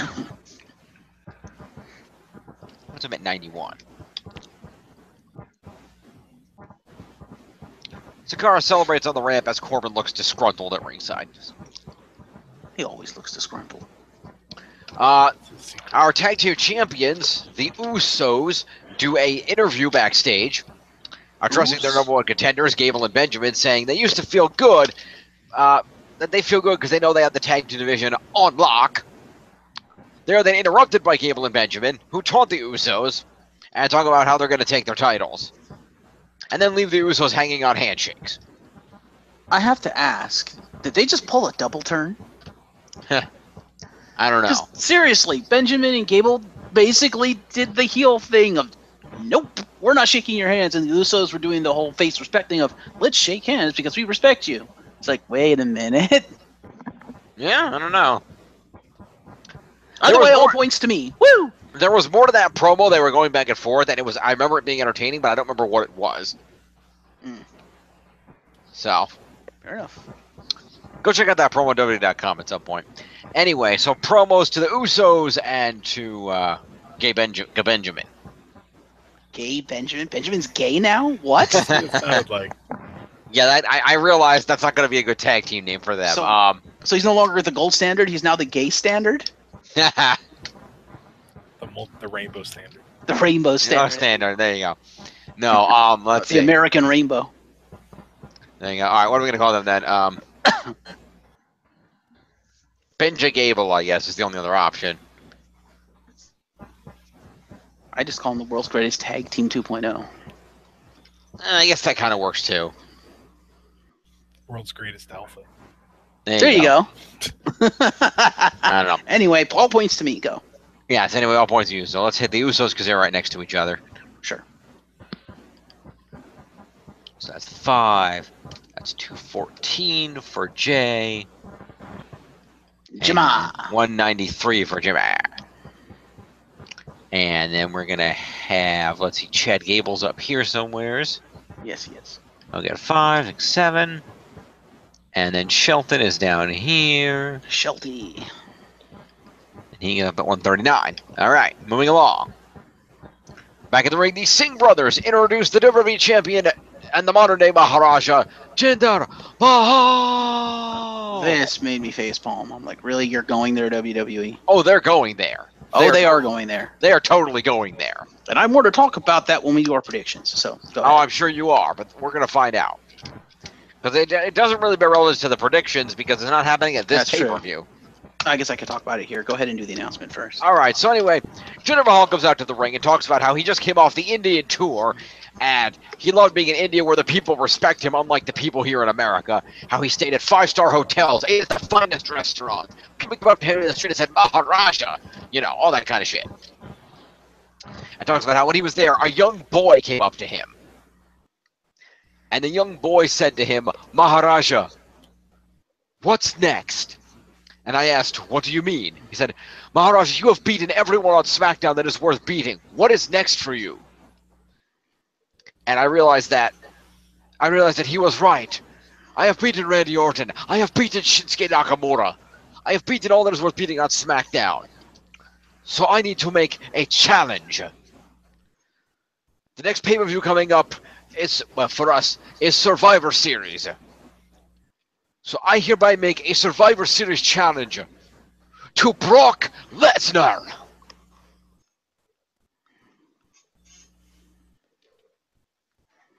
Yeah, that's a thing. Announcing that he must defeat the Beast, and then everyone will kiss his feet as he proves he's the greatest champion of all time. Yeah. So, as regulars of our show probably know, I watch another YouTube show called Wrestle Talk. It's a great show. Check it out. And they were, as they do, reviewing SmackDown and Raw. And this came up, and the co-host Luke Owen was like, "Yeah, there's no way Brock is losing this. They're feeding him to Brock." And the main host Ollie Davis was about to agree with him, but then stopped. And I saw this dawning, horrified realization sweep over Ollie's face. And Luke just kind of turned around and was like, "Ollie, are you okay? What is it?" And I knew what Ollie was going to say, but I was like, "No, he can't be serious." And Ollie was like, "Jinder's going to win that match." And I was like, "No, you're fucking crazy. That's not going to happen." Until he said the next thing, and that's when I realized, oh God, he's right. What have they done? Which was exactly his words, WWE, what have you done? Because he realized, and it's the reason he had the dawning realization, shortly following Survivor Series, WWE has booked an India tour. And Ollie was like, oh God, Jinder's going to win, probably with help from the Singh brothers, so he can look strong going into the India tour. And it makes sense, too, because then it plants a seed of doubt with regards to Brock Lesnar, because the next feud Brock is going into is Brock versus Roman at WrestleMania, where Roman is probably going to beat Brock to become the Universal Champion. And just the horrified look on Ollie's face, I was like, oh God, he's right.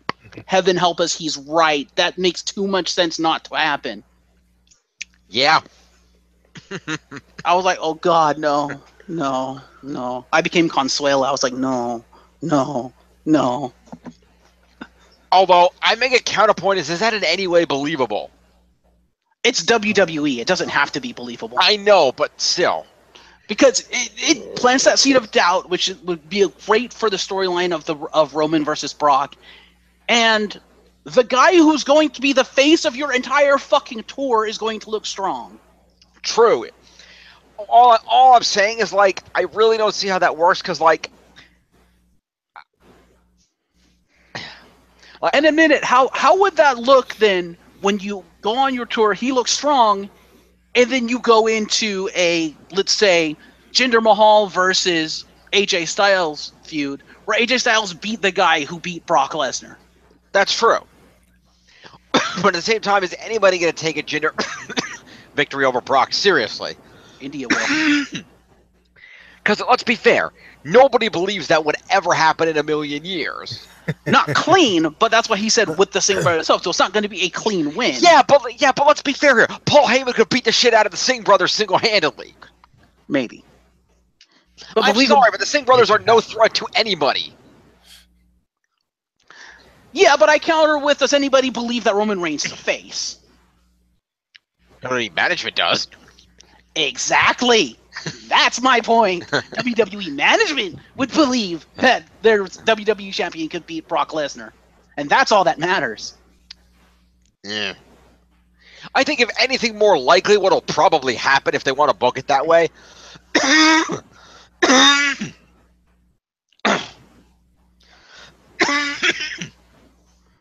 Don't die.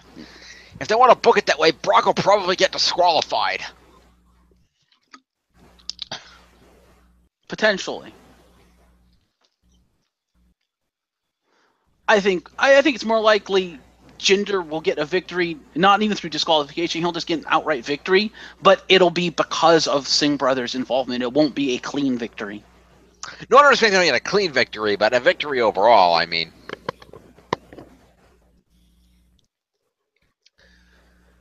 But I don't know. We'll see. Because if Brock tried to German suplex one of the Singh brothers, he would go flying from the ring to the ramp.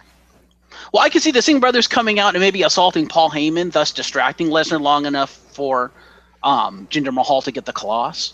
That makes sense. That I could see. Because that's kind of what they do. Yeah.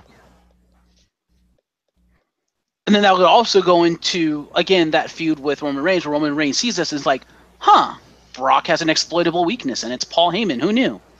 There you go. Either way, this will be interesting, and it'll be, oh my god, what have you done, WWE? Well, we'll find out. That'll be Survivor Series. We're going to get there. Let's stick to the here and now. Indeed. In the meanwhile, after cutting this promo, Jinder Mahal is interrupted by AJ Styles, who goes out to point out that, you haven't beat me, dude. He also hasn't beaten Bobby Roode. Well, that's true. Bobby Roode is kind of new. He's green. He's also got far more experience than Jinder Mahal and is far better than Jinder Mahal, but... He does, but not in the WWE. True. Anyway, so Jinder says that AJ is a loser, and AJ says, well, if I'm such a loser, you shouldn't have any problem giving me a title shot. And Jinder's like, AJ, you're just delusional like the fans, and AJ then hits the ring and beats up the Singh brothers, and then drops Jinder with a Pele kick. Crowd pops for AJ as the heels retreat to the safety. Woohoo! I actually get AJ points on SmackDown. You do. So Jinder Mahal and the Singh brothers are going to get... Well, Jinder Mahal's going to get promo. Well, technically they're all getting assault too, aren't they? Because they all fought, so... Sure. So Jinder's going to get promo at assault, so 9 points to Jinder. Did Jinder actually fight? I don't know. Did he? Well, fine. Then 9 points. Then we'll give Jinder just the 5 then. You're probably right. Because I'm assuming he ran like a scalded dog the moment AJ kicked all kinds of ass. Probably. Well, he ate the Pele kick, so he was in there long enough to get kicked. Oh, he ate the Pele? Okay, well then give him assault points. But I don't know if he attacked the thing or if I think he just got Pele kicked. I don't think he actually hit AJ. Okay, well, it's up to you. So we'll give him the 5. The Singh brothers will get both. They'll get the promo and attack, so that's 9 points to each of the Singh brothers. All right.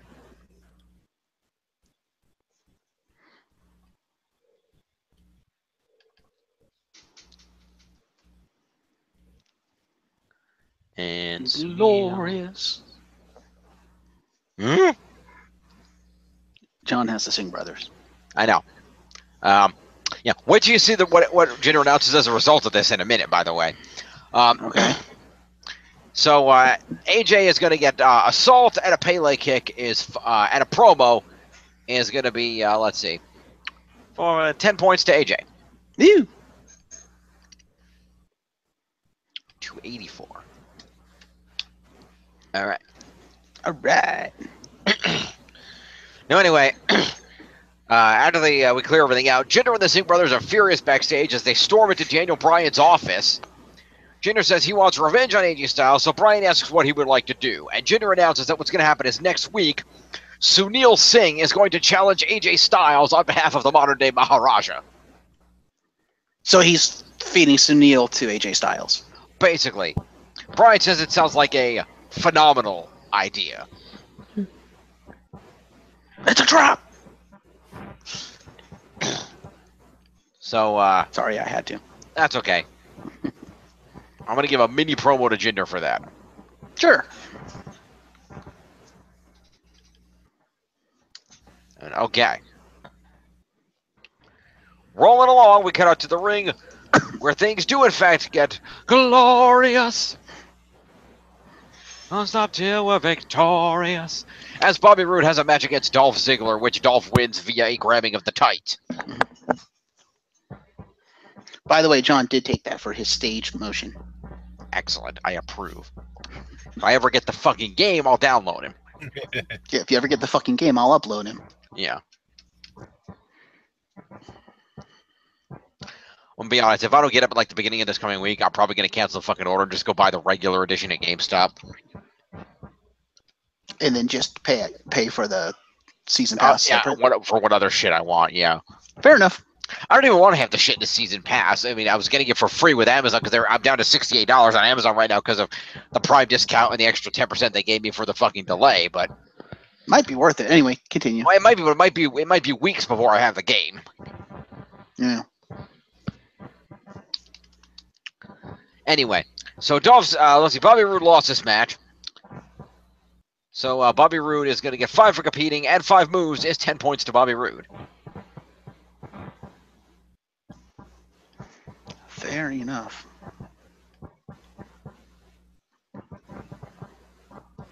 And then we're going to have, excuse me, Dolph Ziggler won the match. That's 20. 5 for competing is 25, and 1 move is 26 points to Dolph Ziggler. He won 81, and 6 is 87 points. Shit, I'm gonna have to go in and remove Dolph's music and entrance, aren't I? Yeah, pretty much. Cole promotes TLC. And also, Michael Cole announces that they have confirmed that Brock Lesnar will be on Monday Night Raw to respond to the challenge of Jinder Mahal.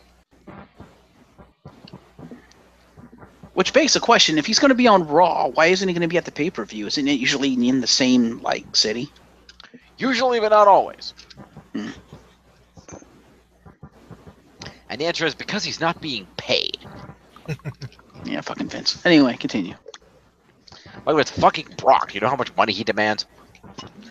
Let's jump change to Vince McMahon. Not so much. Fair enough.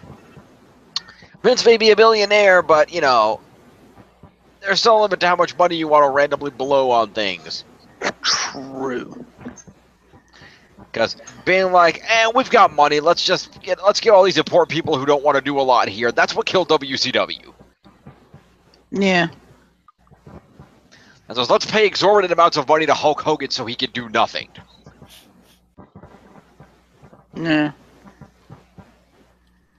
Oh, let's pay him what was presumably thousands upon thousands of dollars for a title match at which he will be poked in the chest and fall down.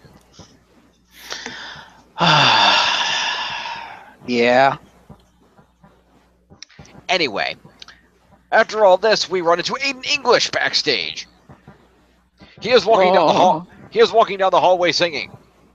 People are admiring his singing, although he pauses on 2 gentlemen who seem to brush him off and continues singing as if to say, "Hey, notice my singing." He does it quite well. Unfortunately, after noticing them, he continues down the hallway singing and runs into the New Day. This promo's fucking awesome. Well, you can talk about it then. I don't remember exactly what the New Day say to him, but basically, I think they get interrupted by Rusev, who's like, "It is not New Day, it is Rusev Day." Well, yeah. Basically, the New Day come in and they basically talk, about, appreciation of music together and, how they have the whole music thing going on. And they start playing their music, and Big E's throwing bootios out of the box everywhere, and they're just kind of going crazy. And Aiden looks very offended by this.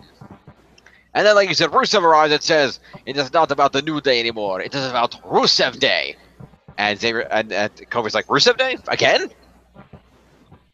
Like, okay, well, I guess we should celebrate. So they continue dancing and throwing bootios, and Xavier begins playing Rusev's theme music on his trombone. Bum, bum, bum, bum, bum, bum, bum, bum, bum, bum. And the camera pans back over, and Aiden English attempts to, as the New Day walks off, Aiden English goes to sing over them about Rusev Day.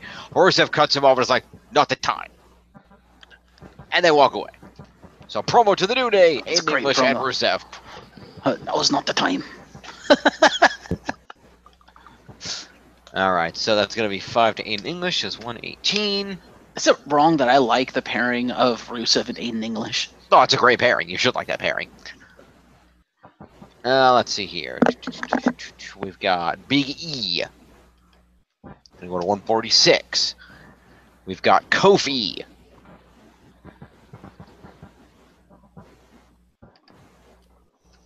Gonna go to 131. We've got Rusev. He is going to go up to 101. And we've got Xavier. He is going to go up to 54. No, 54 I said. There we go. Alrighty, and after this, we go to the ring for our main event match of Shinsuke Nakamura and Randy Orton versus Kevin Owens and Sami Zayn in a tag team match play. Woohoo! The heels come out the victor in this match after Owens slams Nakamura into the steps, which distracts the referee long enough for Zayn to punch Orton in the balls. And then follow up with a haluva kick. So. I are happy. That's right. We will go ahead and start off with the faces who lost. So Shinsuke Nakamura is going to get 5 points. 4 for being in the main event is 9. And 2 moves is 11 points to Shinsuke Nakamura. 499. What's it at? 209. And Randy Orton is going to get 5 points for being in this match. He's going to get 4 for being in the main event. And 5 moves is going to be 14 points to Randy Orton.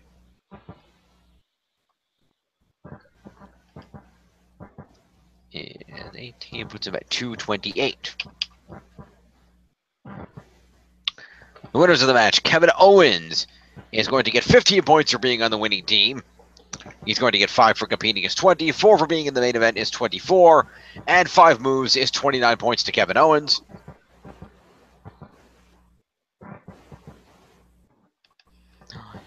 $565, and 9 is 274. And the top 10 for Kevin Owens. And then Sami Zayn won the match. He's going to get 20 for winning the match.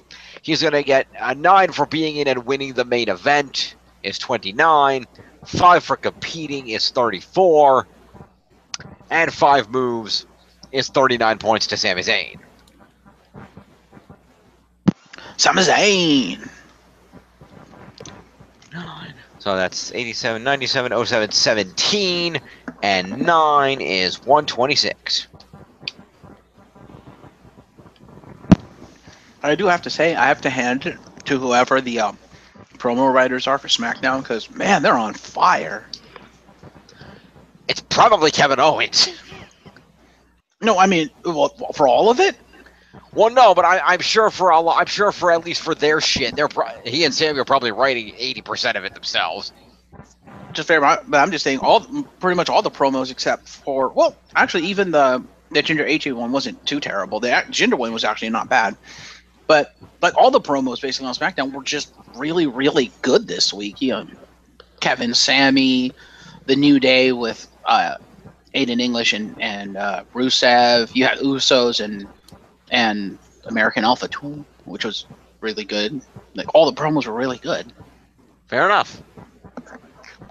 Anyway, so after the match, Zayn and Owens celebrate as they head backstage. They get behind the curtain and run into Daniel Bryan, asking what he has in store for them next week. And Bryan informs them, well, what's in store for you next week is not up to me. It'll be up to Shane McMahon. Bryan walks off as Cole confirms that Shane will in fact be here next week. Owens and Zayn then come back out to the stage and taunt Orton and Nakamura, saying that they are SmackDown and there's nothing anyone can do about it, and that they are truly best friends. So that is a promo to Kevin Owens to end the night, because Sami didn't actually say anything. Which is fair. Well, would Sammy get the mini promo points for the talking to Daniel Bryan thing? He didn't say anything. Oh, he didn't say anything to Daniel either. Okay, fair enough. I don't think so. That's fair. I mean, I could be wrong. I know Kevin did most of the talking. Maybe he said something. I don't know. That's fine. Just give it to Kev. I'm cool with that. Okay. Let's check Also, the scoreboards. Do you know why that happened? Why did that happen? Because SmackDown was supposed to end with the what happens to you next week isn't up to me. It's up to Shane McMahon. But they had to call an audible because they realized, oh shit, we're running short. Yo, ref, tell Orton and Shinsuke to pose awkwardly for way too fucking long, so Sammy and Kevin can come back out to end the show because we need to burn time. That's why they posed all awkwardly for way too long, and then they probably said, "Hey Daniel, send them back out. We need to burn time." It's like Sammy, Kev, go back out there. Yeah, that's why it ended that way, really awkwardly. Fair enough. That makes sense. Let's take a look at the scores. All right. In the lead at 35-78 is still the Champions of Justice, followed at 3009. Cresting the 3,000 mark, TNA Worldwide. In third at 28-25 is the Glorious End, and now trailing about 500 points behind at 23-32 is the Broken Highlight Club. Fair enough.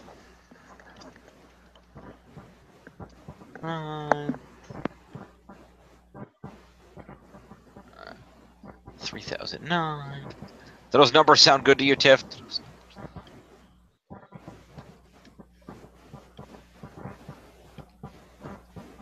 Tiff? Tiff, are you awake? Are you awake? Hello. Did those numbers sound good to you? What is the end already? We're at the end of SmackDown. Did those sound good to you? Just let me refresh and let's see.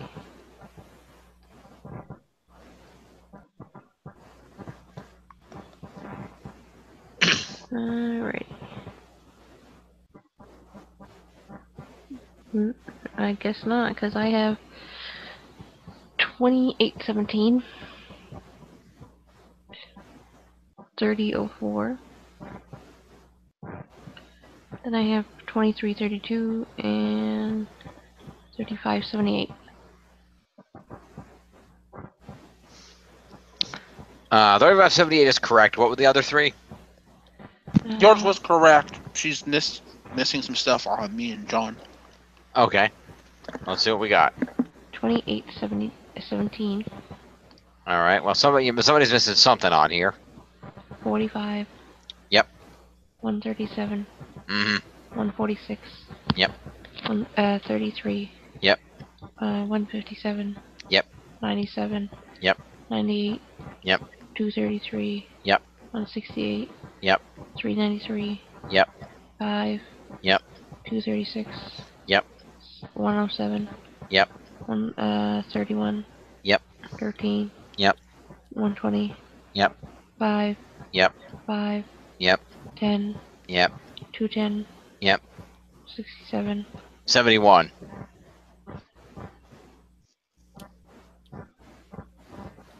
For if you missed one Singh brother, you probably missed the other one. Each of the Singh brothers should be at 71 because they They were in a fight with AJ Styles, so they get 4 points for an out of match assault. Yeah, so I missed that.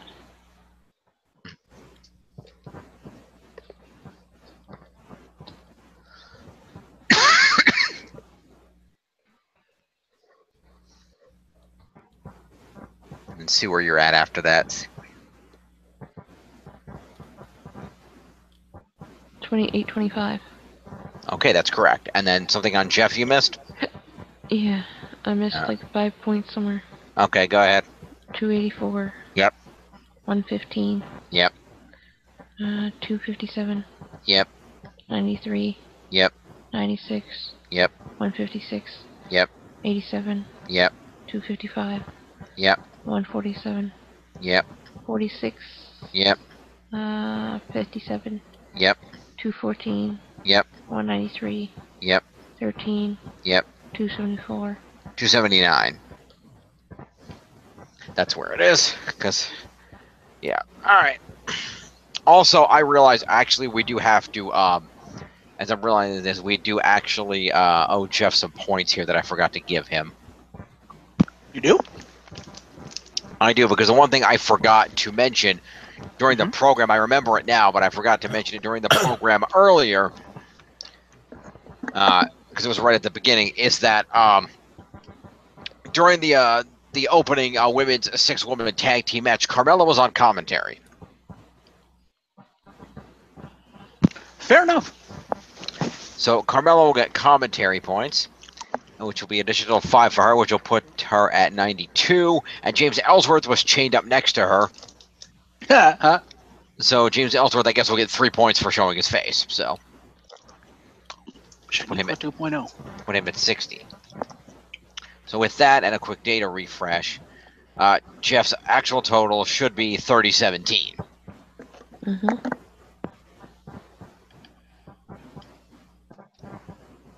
All right, there we go. And lastly but not leastly, the 205 Live, which only had 2 matches, so this will be easy.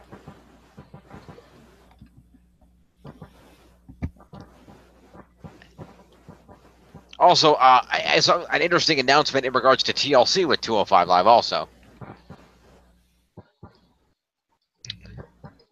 So,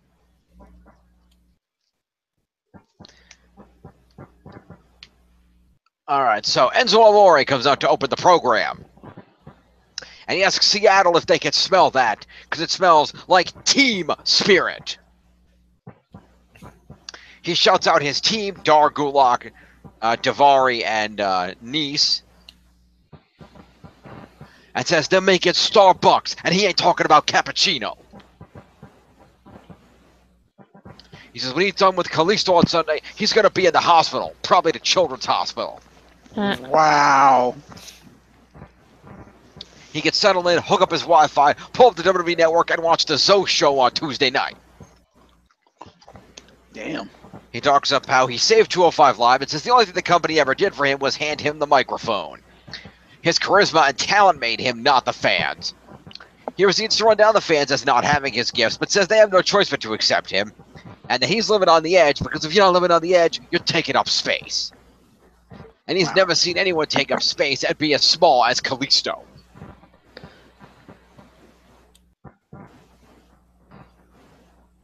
That brings out Kalisto, who proceeds to slide in the ring, kick Enzo in the face, and Enzo runs like a scalded dog. So let me get this straight. Enzo Amore is calling someone small. Yes. The fuck is going on? What is going on? What is going on? Anyway, that's a promo to Enzo Amore.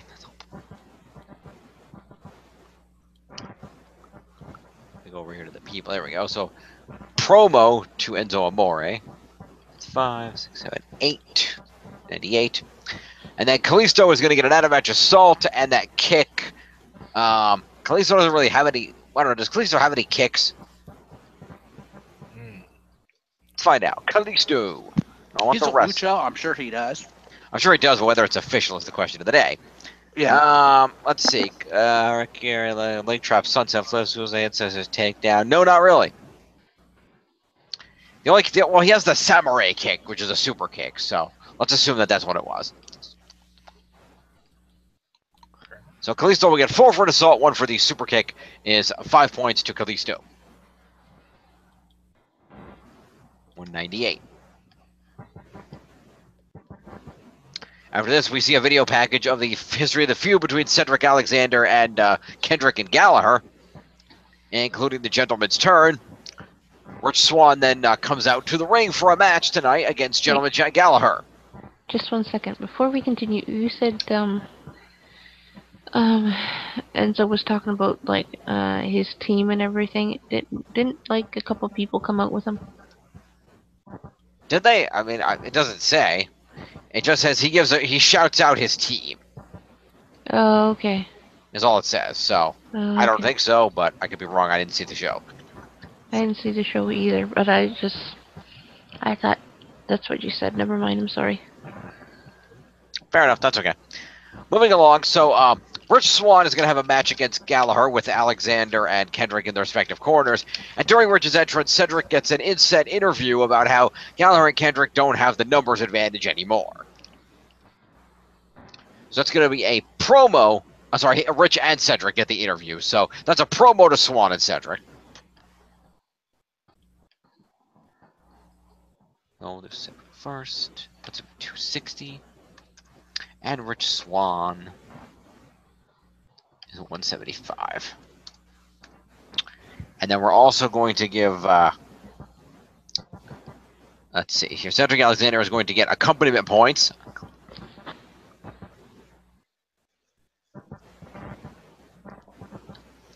So that's accompaniment to Cedric. There's another 5 points. And then 5 accompaniment points to the Brian Kendrick. Is 61. And it's worth noting, Rich Swann won this match via DQ. The match broke into a 4-man melee, and the DQ came after the heels threw Cedric and then Swann headfirst into the barricade. The faces rebounded, and Rich almost hit Gallagher with a Phoenix Splash, but Kendrick saved him.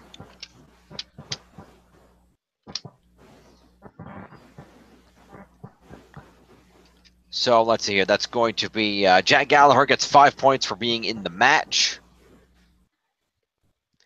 And doesn't sound like it was an intent. Well, I guess it was an intentional DQ loss. So -4. So Jack Gallagher will get 1 point. 1 point to Jack Gallagher. That's been 87. And then we're going to have Rich Swann, who won the match by unintentionally won via DQ. So an unintentional DQ win doesn't get you any points. So Rich Swann will get 5 for being in the match, and that's about it. So this whole thing was just a fucking bust. 180. All right. So after we clean that car wreck up, we're joined by Drew Gulak, who comes out and says that he feels like he's our father. And in creating his Drewtopia, he's trying to shelter us from top rope dives and unnecessary chanting. Since some of us aren't following his example, he was forced to take action. And we see footage of Gulak attacking Akira Tozawa last Tuesday, leaving him with a damaged larynx and swollen vocal cords. And he tells us what he just showed was tough love because people like Tozawa and his annoying "ah" chant don't listen. When fans chant, Gulak says they need tough love, just like he gave to Akira, making his chants and interruptions impotent. If Tozawa had listened, he'd have learned about Proposal 9 in the PowerPoint presentation. No defying authority. We call these proposals, but they're more than that. They're rules. And despite what kids may have heard on their Beastie Boys and Fresh Prince albums, rules do matter. And parents do understand. Beastie Boys and Fresh Prince. Really? Mm-hmm. Damn. You. Wow. Okay. What slide of the PowerPoint presentation is when you use Edge and Christian's time machine? Right? Well, we're going to find out because Gulak informs us that on Sunday, our Father will educate all of us on the TLC pre-show where we'll get a special championship edition of all the slides in Drew Gulak's PowerPoint presentation. Nice. So promo to Drew Gulak. Wow, WWE was that desperate to fill up time, huh? Yes. You can't feature all the people on this show. That's just silly. I would assume he's probably going to get half, like one slide and get jumped by Tozawa. Yeah, probably. So meanwhile, after that happens, Enzo comes out with a mic. But he then passes it to his good friend Daivari for some Persian smack talk. Amori then takes back the stick and says that he understood Arya Daivari because they speak the same language. Money. He says now, in the ring, there's two dudes, but only one word to describe them. S-A-W-F-T. Soft. And our main event match tonight is Kalisto and Mustafa Ali taking on Enzo and Daivari in a tag team match play.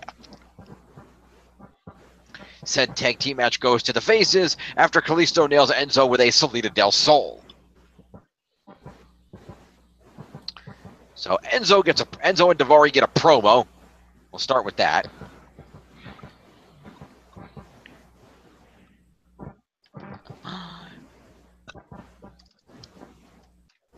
One to Daivari, and then Enzo gets 5, which puts him at 403.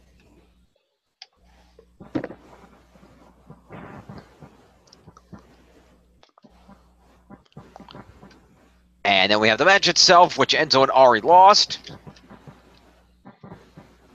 So Enzo and Arya will each get 5 points for being in a match and 4 for being in the main event. So 9 points each to Enzo and Daivari. Puts Daivari at 90. And 9 more points puts Enzo at 412.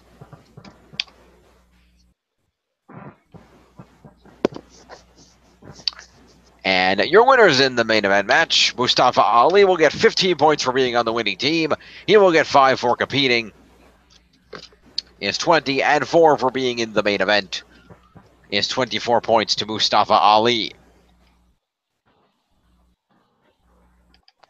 It's going to become 28. And your winner is Kalisto, who will get 20 points for winning the... Wait a minute, hang on a minute. What did I just do? Wait, 20, yeah, that was right. Kalisto will get 20 points. 5 for competing is 25. And then another 9 for being in and winning the main event is 34. And the Salida del Sol is 35 points to Kalisto. And actually, it goes up to 36 because Kalisto also. Well, no, should it be 36? Because Kalisto hit a... Oh, no, he didn't actually do that move. All right, so, yeah, 35. But then Kalisto isn't done and also dives onto both of the heels and laying into Enzo with strikes until officials pull him off post-match. So, Kalisto will also get an after-match assault. So it's 38. 38 points to Kalisto. 8, that's 08, 18, 28, and another 8 points is 236, Tiff? So it's 198, right? Yes. And plus 30. 8.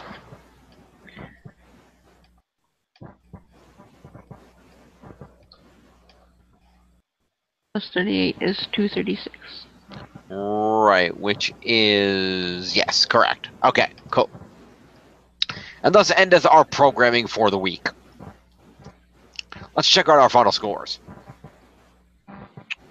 Hop over to the teams, over here, scroll this up, refresh the data, and your final scores for the week are as follows. Still in the lead at 36.02 are the Champions of Justice.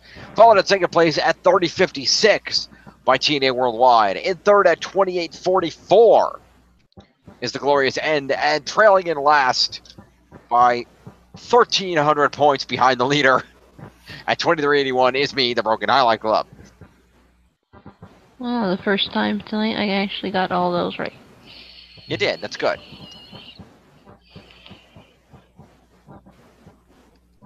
Six, 2831, and 3602.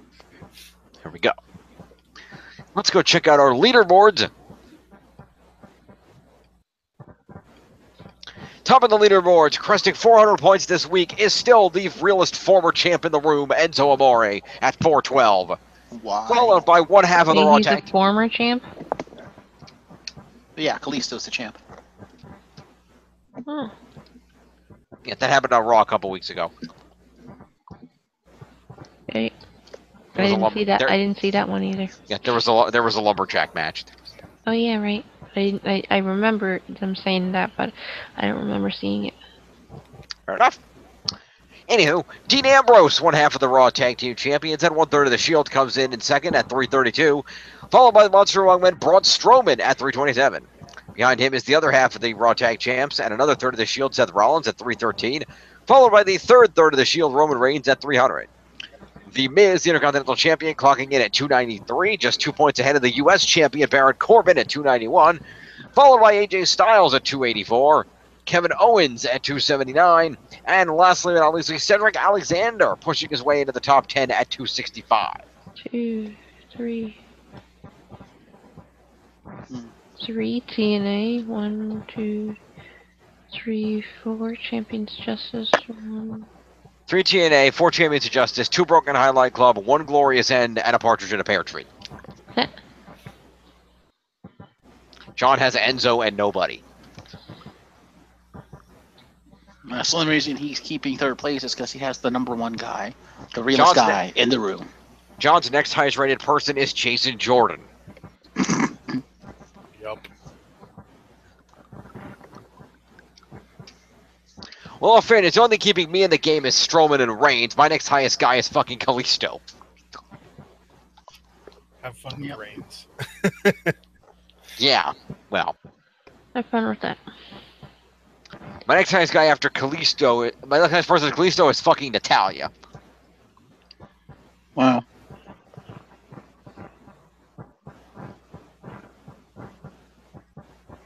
It's interesting. Finn Balor needs to earn me some fucking points. What the hell, Finn?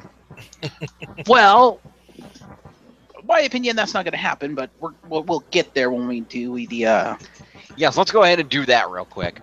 Let me go ahead and open up an appropriate Wikipedia page. I also put to you, they made him the Pumpkin King. Do you expect him to get points? King, the king of ghosts. There you go. Bam, bam, bam, Yes, bam. he's a shitty common monster.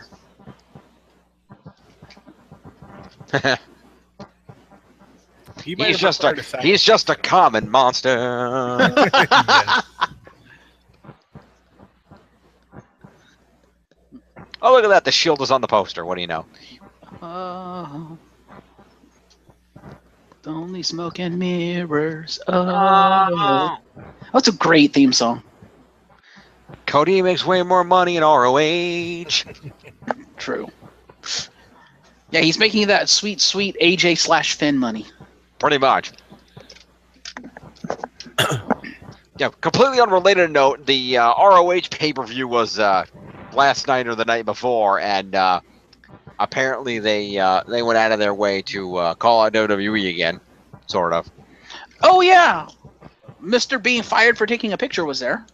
Yes, they pulled him out of the crowd to take a selfie for them. Yeah. That was cool. Oh, yeah, they give less fucks than Daniel Bryan. It's great. Oh yeah, they apologized for getting him fired. Anyway, so let's take a look at the TLC card and figure out what we think is going to happen, shall we? Let's start off with your pre-show match.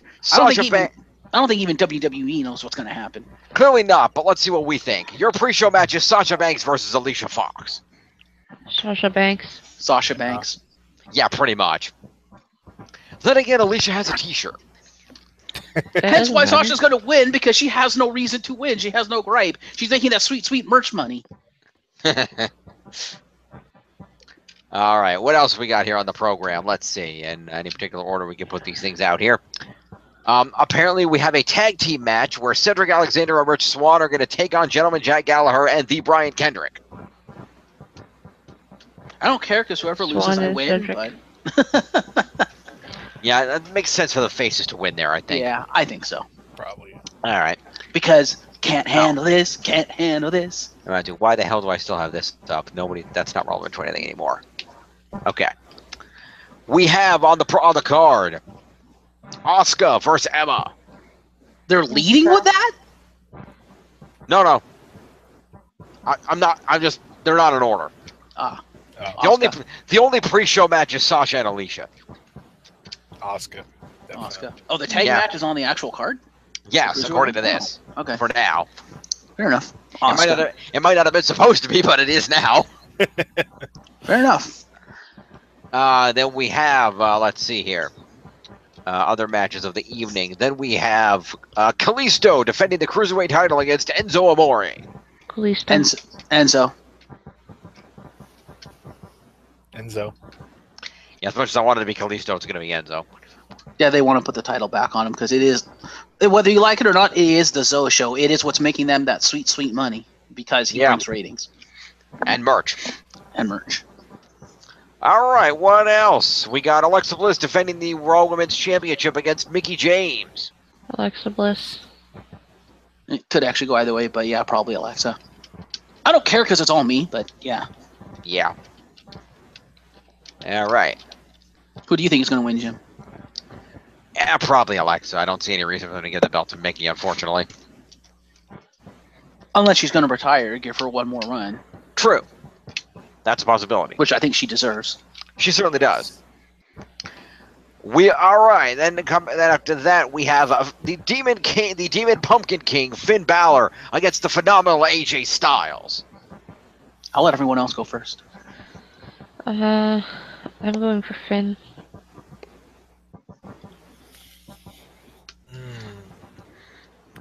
Finn makes slightly more sense. See, the thing is, Finn makes slightly more sense because I feel like it would be a dick move for AJ to come on a Raw show and beat their guy.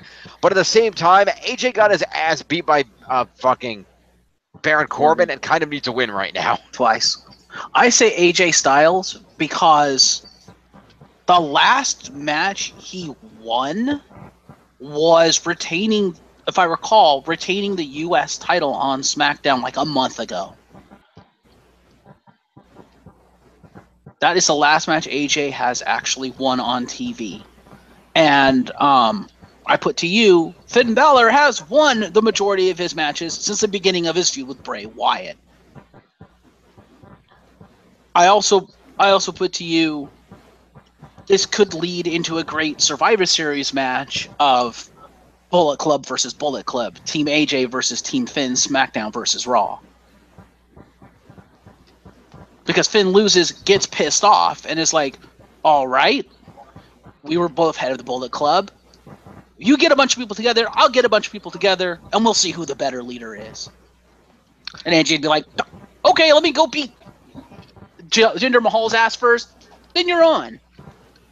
And then AJ will go back to SmackDown, lose to Jinder Mahal, and then go into the Survivor Series feud. I feel like it's worth pointing out that AJ technically didn't lose at Hell in a Cell. He wasn't pinned. True, but he still lost the title, therefore I mark it as a loss. Yeah, okay.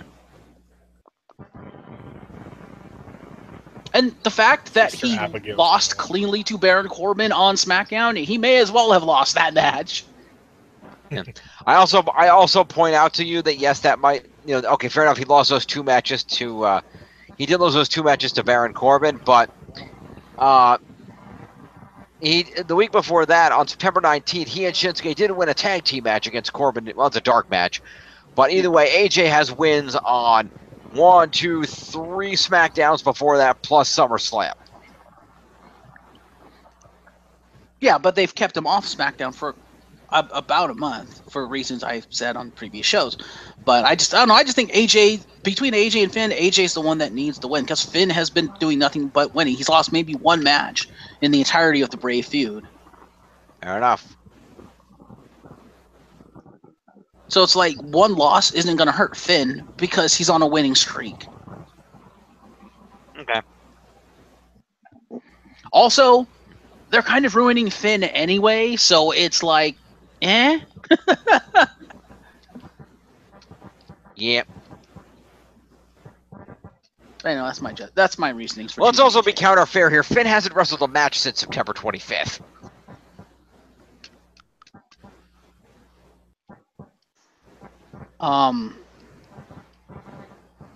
Well, yeah, that's because Bray Wyatt is sick, but yeah. Yeah, and on that match, he beat Goldust. Yeah. And he beat Bray before that at No Mercy. So Yeah, yeah, he has mostly wins. So yes. I beat you as a man. Oh, you want to go demon? Okay, I'll fight you as a demon. I beat you as a demon. Oh, you want to call me as a man? Okay, I'll beat you as a man again. Fuck you, Bray.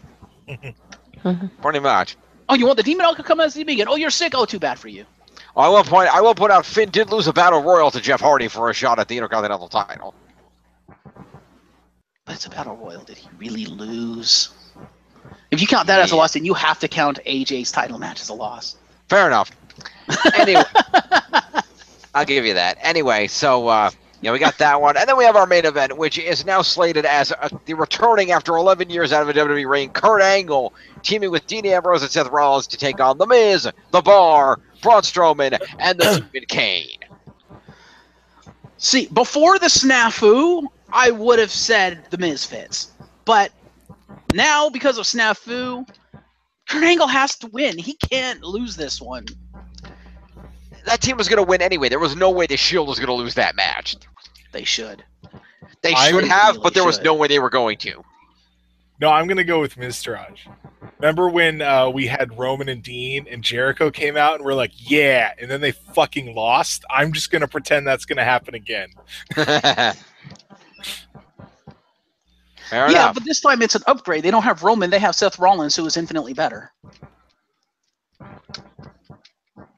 Okay. Jericho's in probably better shape than Angle. This is Potentially. true. Trust me, Jericho does DDP yoga. He's in better shape. Fair enough. I don't think Jericho ever had a time where they're like, no, please don't wrestle. You'll die. Yeah. Also, I make the point that, saying that, okay, yeah, this Seth Rollins is better is all well and good until he goes into the match and blows his knee out in 3 seconds. Or kills somebody on the other side. Yeah, or rip somebody's shoulder out by screwing something up on the other team. Yeah. Yeah.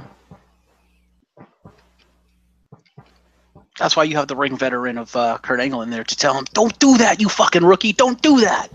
Yeah, that worked with Sting. Yeah. Well, Sting was an old man trying to relive glory days. I was like, fucking do it. Oh, God. Kurt's not that dumb. I wouldn't take that bet if I were you, but okay. No, Younger Kurt, yes. The Kurt that won with the gold medal with the broken freaking neck, yes. Old man Kurt with like fucking 5 kids, I don't think so. I thought it was 6 kids. 6 kids. Wait a minute. Is he Kurt Angle or Heath Slater? I don't know. He needs to take that shirt. There you He's go. Kurt Slater. Apparently. But yes, I think the Olympic Shield is going to win. Yeah, I foresee that probably happening because I can't see much else happening. So it seems most likely that will be the case. I get the distinct feeling that what may happen here to justify how that will work is what may happen somewhere along the way. It might not be the Miz, maybe it'll be one of the Bar.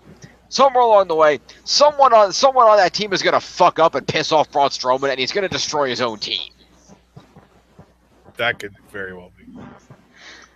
Braun Strowman will take out 2 to 3 people on his own team and then walk the hell out. And like the Miz will be the last one left, and he'll just get like fucking Angles hit with like 5 finishers and lose.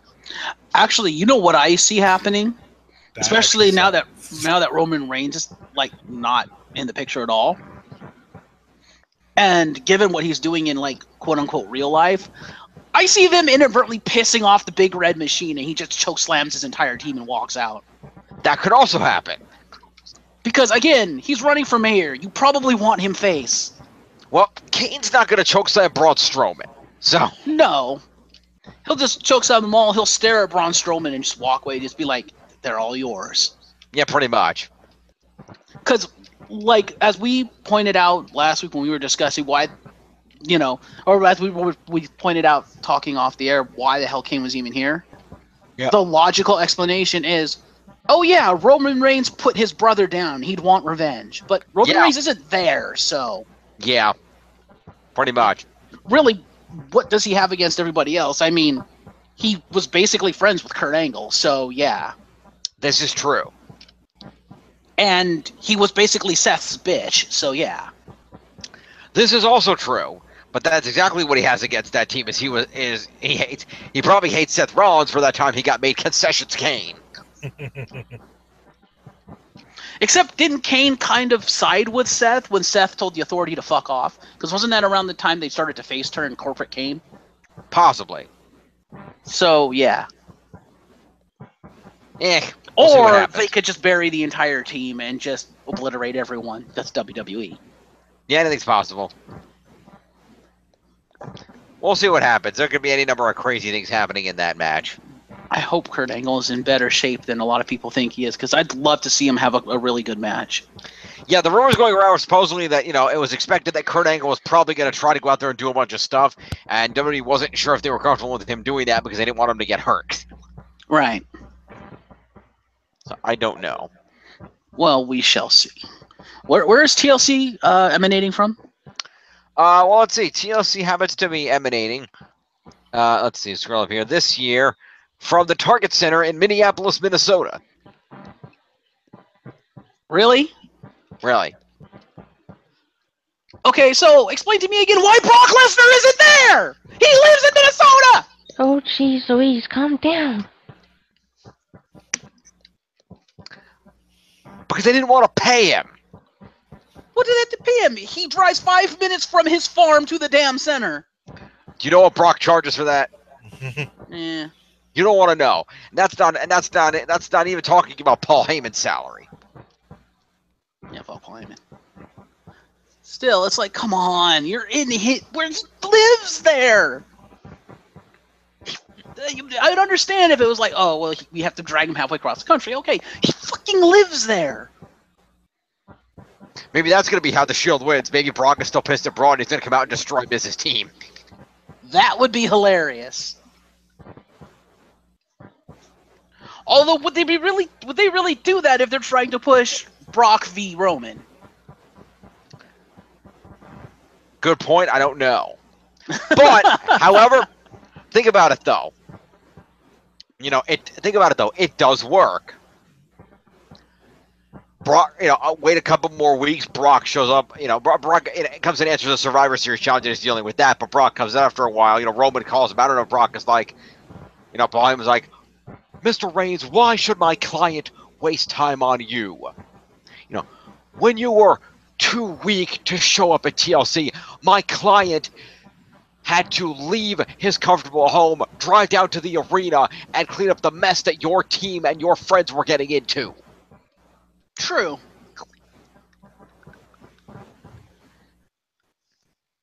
That could be interesting. Because they could have been playing that the whole time, and it could have been booked as, "Hey Roman, I had to come and save your Shield ass because you guys were losing." God, that's what they're going to do. They could have, but they were like that could have been the plan. But now Roman's not there, so it could just be, "I had to go save your team because you couldn't be bothered to show up." Dude, you pansy ass motherfucker. I think I just figured out what they're going to do at Survivor Series. What are they going to do at Survivor Series? Brock Lesnar's going to lay out the fucking Singh brothers, or they're going to be banned from ringside. He's going to have his match with Jinder. Jinder's going to get in trouble. All of a sudden, Superman punch out of nowhere. Colossus win. Possibly. I can see it. Anything is possible, but who knows? Except that would immediately heel turn Roman Reigns, though. There's no way Brock is not the face going against Jinder. True. But would that be any different for Roman Reigns? True. Although last I was reading the dirt sheets, supposedly Dean Ambrose was the one that was going to heel turn. So I don't know. Yeah, that's what they're saying. But I mean, if they do what you've outlined for Brock, which would be an interesting thing, and no one would see it coming, I could see them doing it and justifying it for Roman Reigns as it's retribution for what Paul Heyman said about Roman. Yeah. Well, I can see Brock coming out, destroying Miz's team. The Shield wins. Then he destroys Ambrose and Rollins just because he can. And then he just stares at Kurt and like, yeah, I just did that. Get over it. And then walk away. I could also see Kurt just looking at me like, you don't want any of this, Brock. I beat you once before, gave your ass a concussion. You don't want to go through that again. Yeah. Mr. Angle, I remind you, my client isn't trying shooting star presses this time. My client is taking you to Suplex City. And then I see Kurt Angle saying, with all due respect, Paul Heyman, I invented Suplex City. And then Taz goes. Well, yeah, aside from Taz, that's effectively true, because aside from Taz, wasn't Kurt like the first one to just start suplexing literally everybody? Because that's what he did, because amateur wrestling background. Probably. Because he's also the one that had the German suplex, and then he'd pop up and go, woo, and spin around. I remember that. True. I think Kurt invented the triple German. Yeah, probably. Which is is literally Suplex City. That's what it's called in the game. Yes, it is. And although I don't know about if he was the first, because like Dean Malenko was coming into my head. Wasn't he a suplex guy? I thought he was a man of like 1,000 holds. Okay, he was a submission technical guy. Fair enough. I didn't watch back then. I didn't watch back then. I don't know. He might have done a lot of suplex stuff, but I thought that's who Jericho was taking a poke at, saying, well, I'm a man of 1,001 holds. Armbar, armbar, armbar. Okay, that's true. You're right. Fair enough. I forgot who he was talking about. Okay. Well, at any rate, this has been our weekly shenanigans. We hope you have enjoyed them. Thank you for staying tuned with us. And don't forget to check out TLC tomorrow night. It's going to be one hell of a pay-per-view. It's going to be great. Check it out. So don't forget to stay tuned to this channel. Some point during the week, I, Melissa, and Cameron will be reviewing the Broadway play Puffs, or 7 increasingly eventful years at a certain school of magic and magic. So stay tuned for that. And of course, on Thursday, we will be going over the TLC pay-per-view. I don't know who's going to be here. I will be. I will. Some of these people will show up. I'll be here. He'll be here. I don't know if John and Tiff will be here. I'm not sure. Possibly. We'll find out. And of course, next Saturday, our usual shtick. So For the fallout. For the fallout of all this craziness. And probably for the first time in terms of brand-specific pay-per-views, we're going to have fallouts on both days because AJ Styles is in this pay-per-view. Yes, that's true. And we'll see the setups for Survivor Series, and my microphone will have batteries in it. Oh, speaking of Survivor Series, prediction. Okay. Cruiserweight Survivor Series match. Team Zoe Show versus Lucha. Yeah. Because it seems like that's what Zoe's putting together as a Survivor Series team. Probably. Okay, so Kalisto, Sin Cara, Grand Metalik, Lince Dorado, and El Generico. Back from the dead. Juan Cena. There you Mr. go. America. Mr. Actually, interesting story about Juan Cena. Did you know that the genesis of Juan Cena was that was going to be seen as heel gimmick for a potential heel turn? Really? From what I understand, on one of the episodes of Total Bellas, John Cena was talking about it because when they said, "Oh, John, we want to do a heel turn with you," and Cena was like, "Oh yeah, that'd be great." Being John Cena, I give zero fucks about money, went out and actually got a complete outfit made, ring gear made for his heel persona, which he never used because they never heel turned him because Vince turned right around and said, "No, that's a fucking stupid idea. Cena's our moneymaker. He's saying a babyface." Apparently on Total Bellas, he actually put the suit on to show Nikki Bella. And when I saw what it was, I was like, oh god, that's the Juan Cena outfit. because he literally had like a lucha mask and shit and a singlet. I was like, what? Like, what the hell were you thinking? And the tagline, because he had the tagline on the singlet, it was going to be "Fear My Name." Okay, then. Yeah, it sounds incredibly stupid. Kind of. Juan Cena, ladies and gentlemen. Superstar threads, anybody? Good. Wouldn't be that hard. Just look for the screen cap from Total Bellas. There you go. Yeah, pretty much. Alrighty. Well, stay tuned for all kinds of good things coming up this week, and we will see you then. Thank the three of you for joining me. And tune in tomorrow night to check out the pay-per-view, because we're going to be checking it out, and we're going to talk about it on Thursday. Tables, ladders, and chairs. Asterisks. We make no guarantee of stairs being included. Good night, everybody.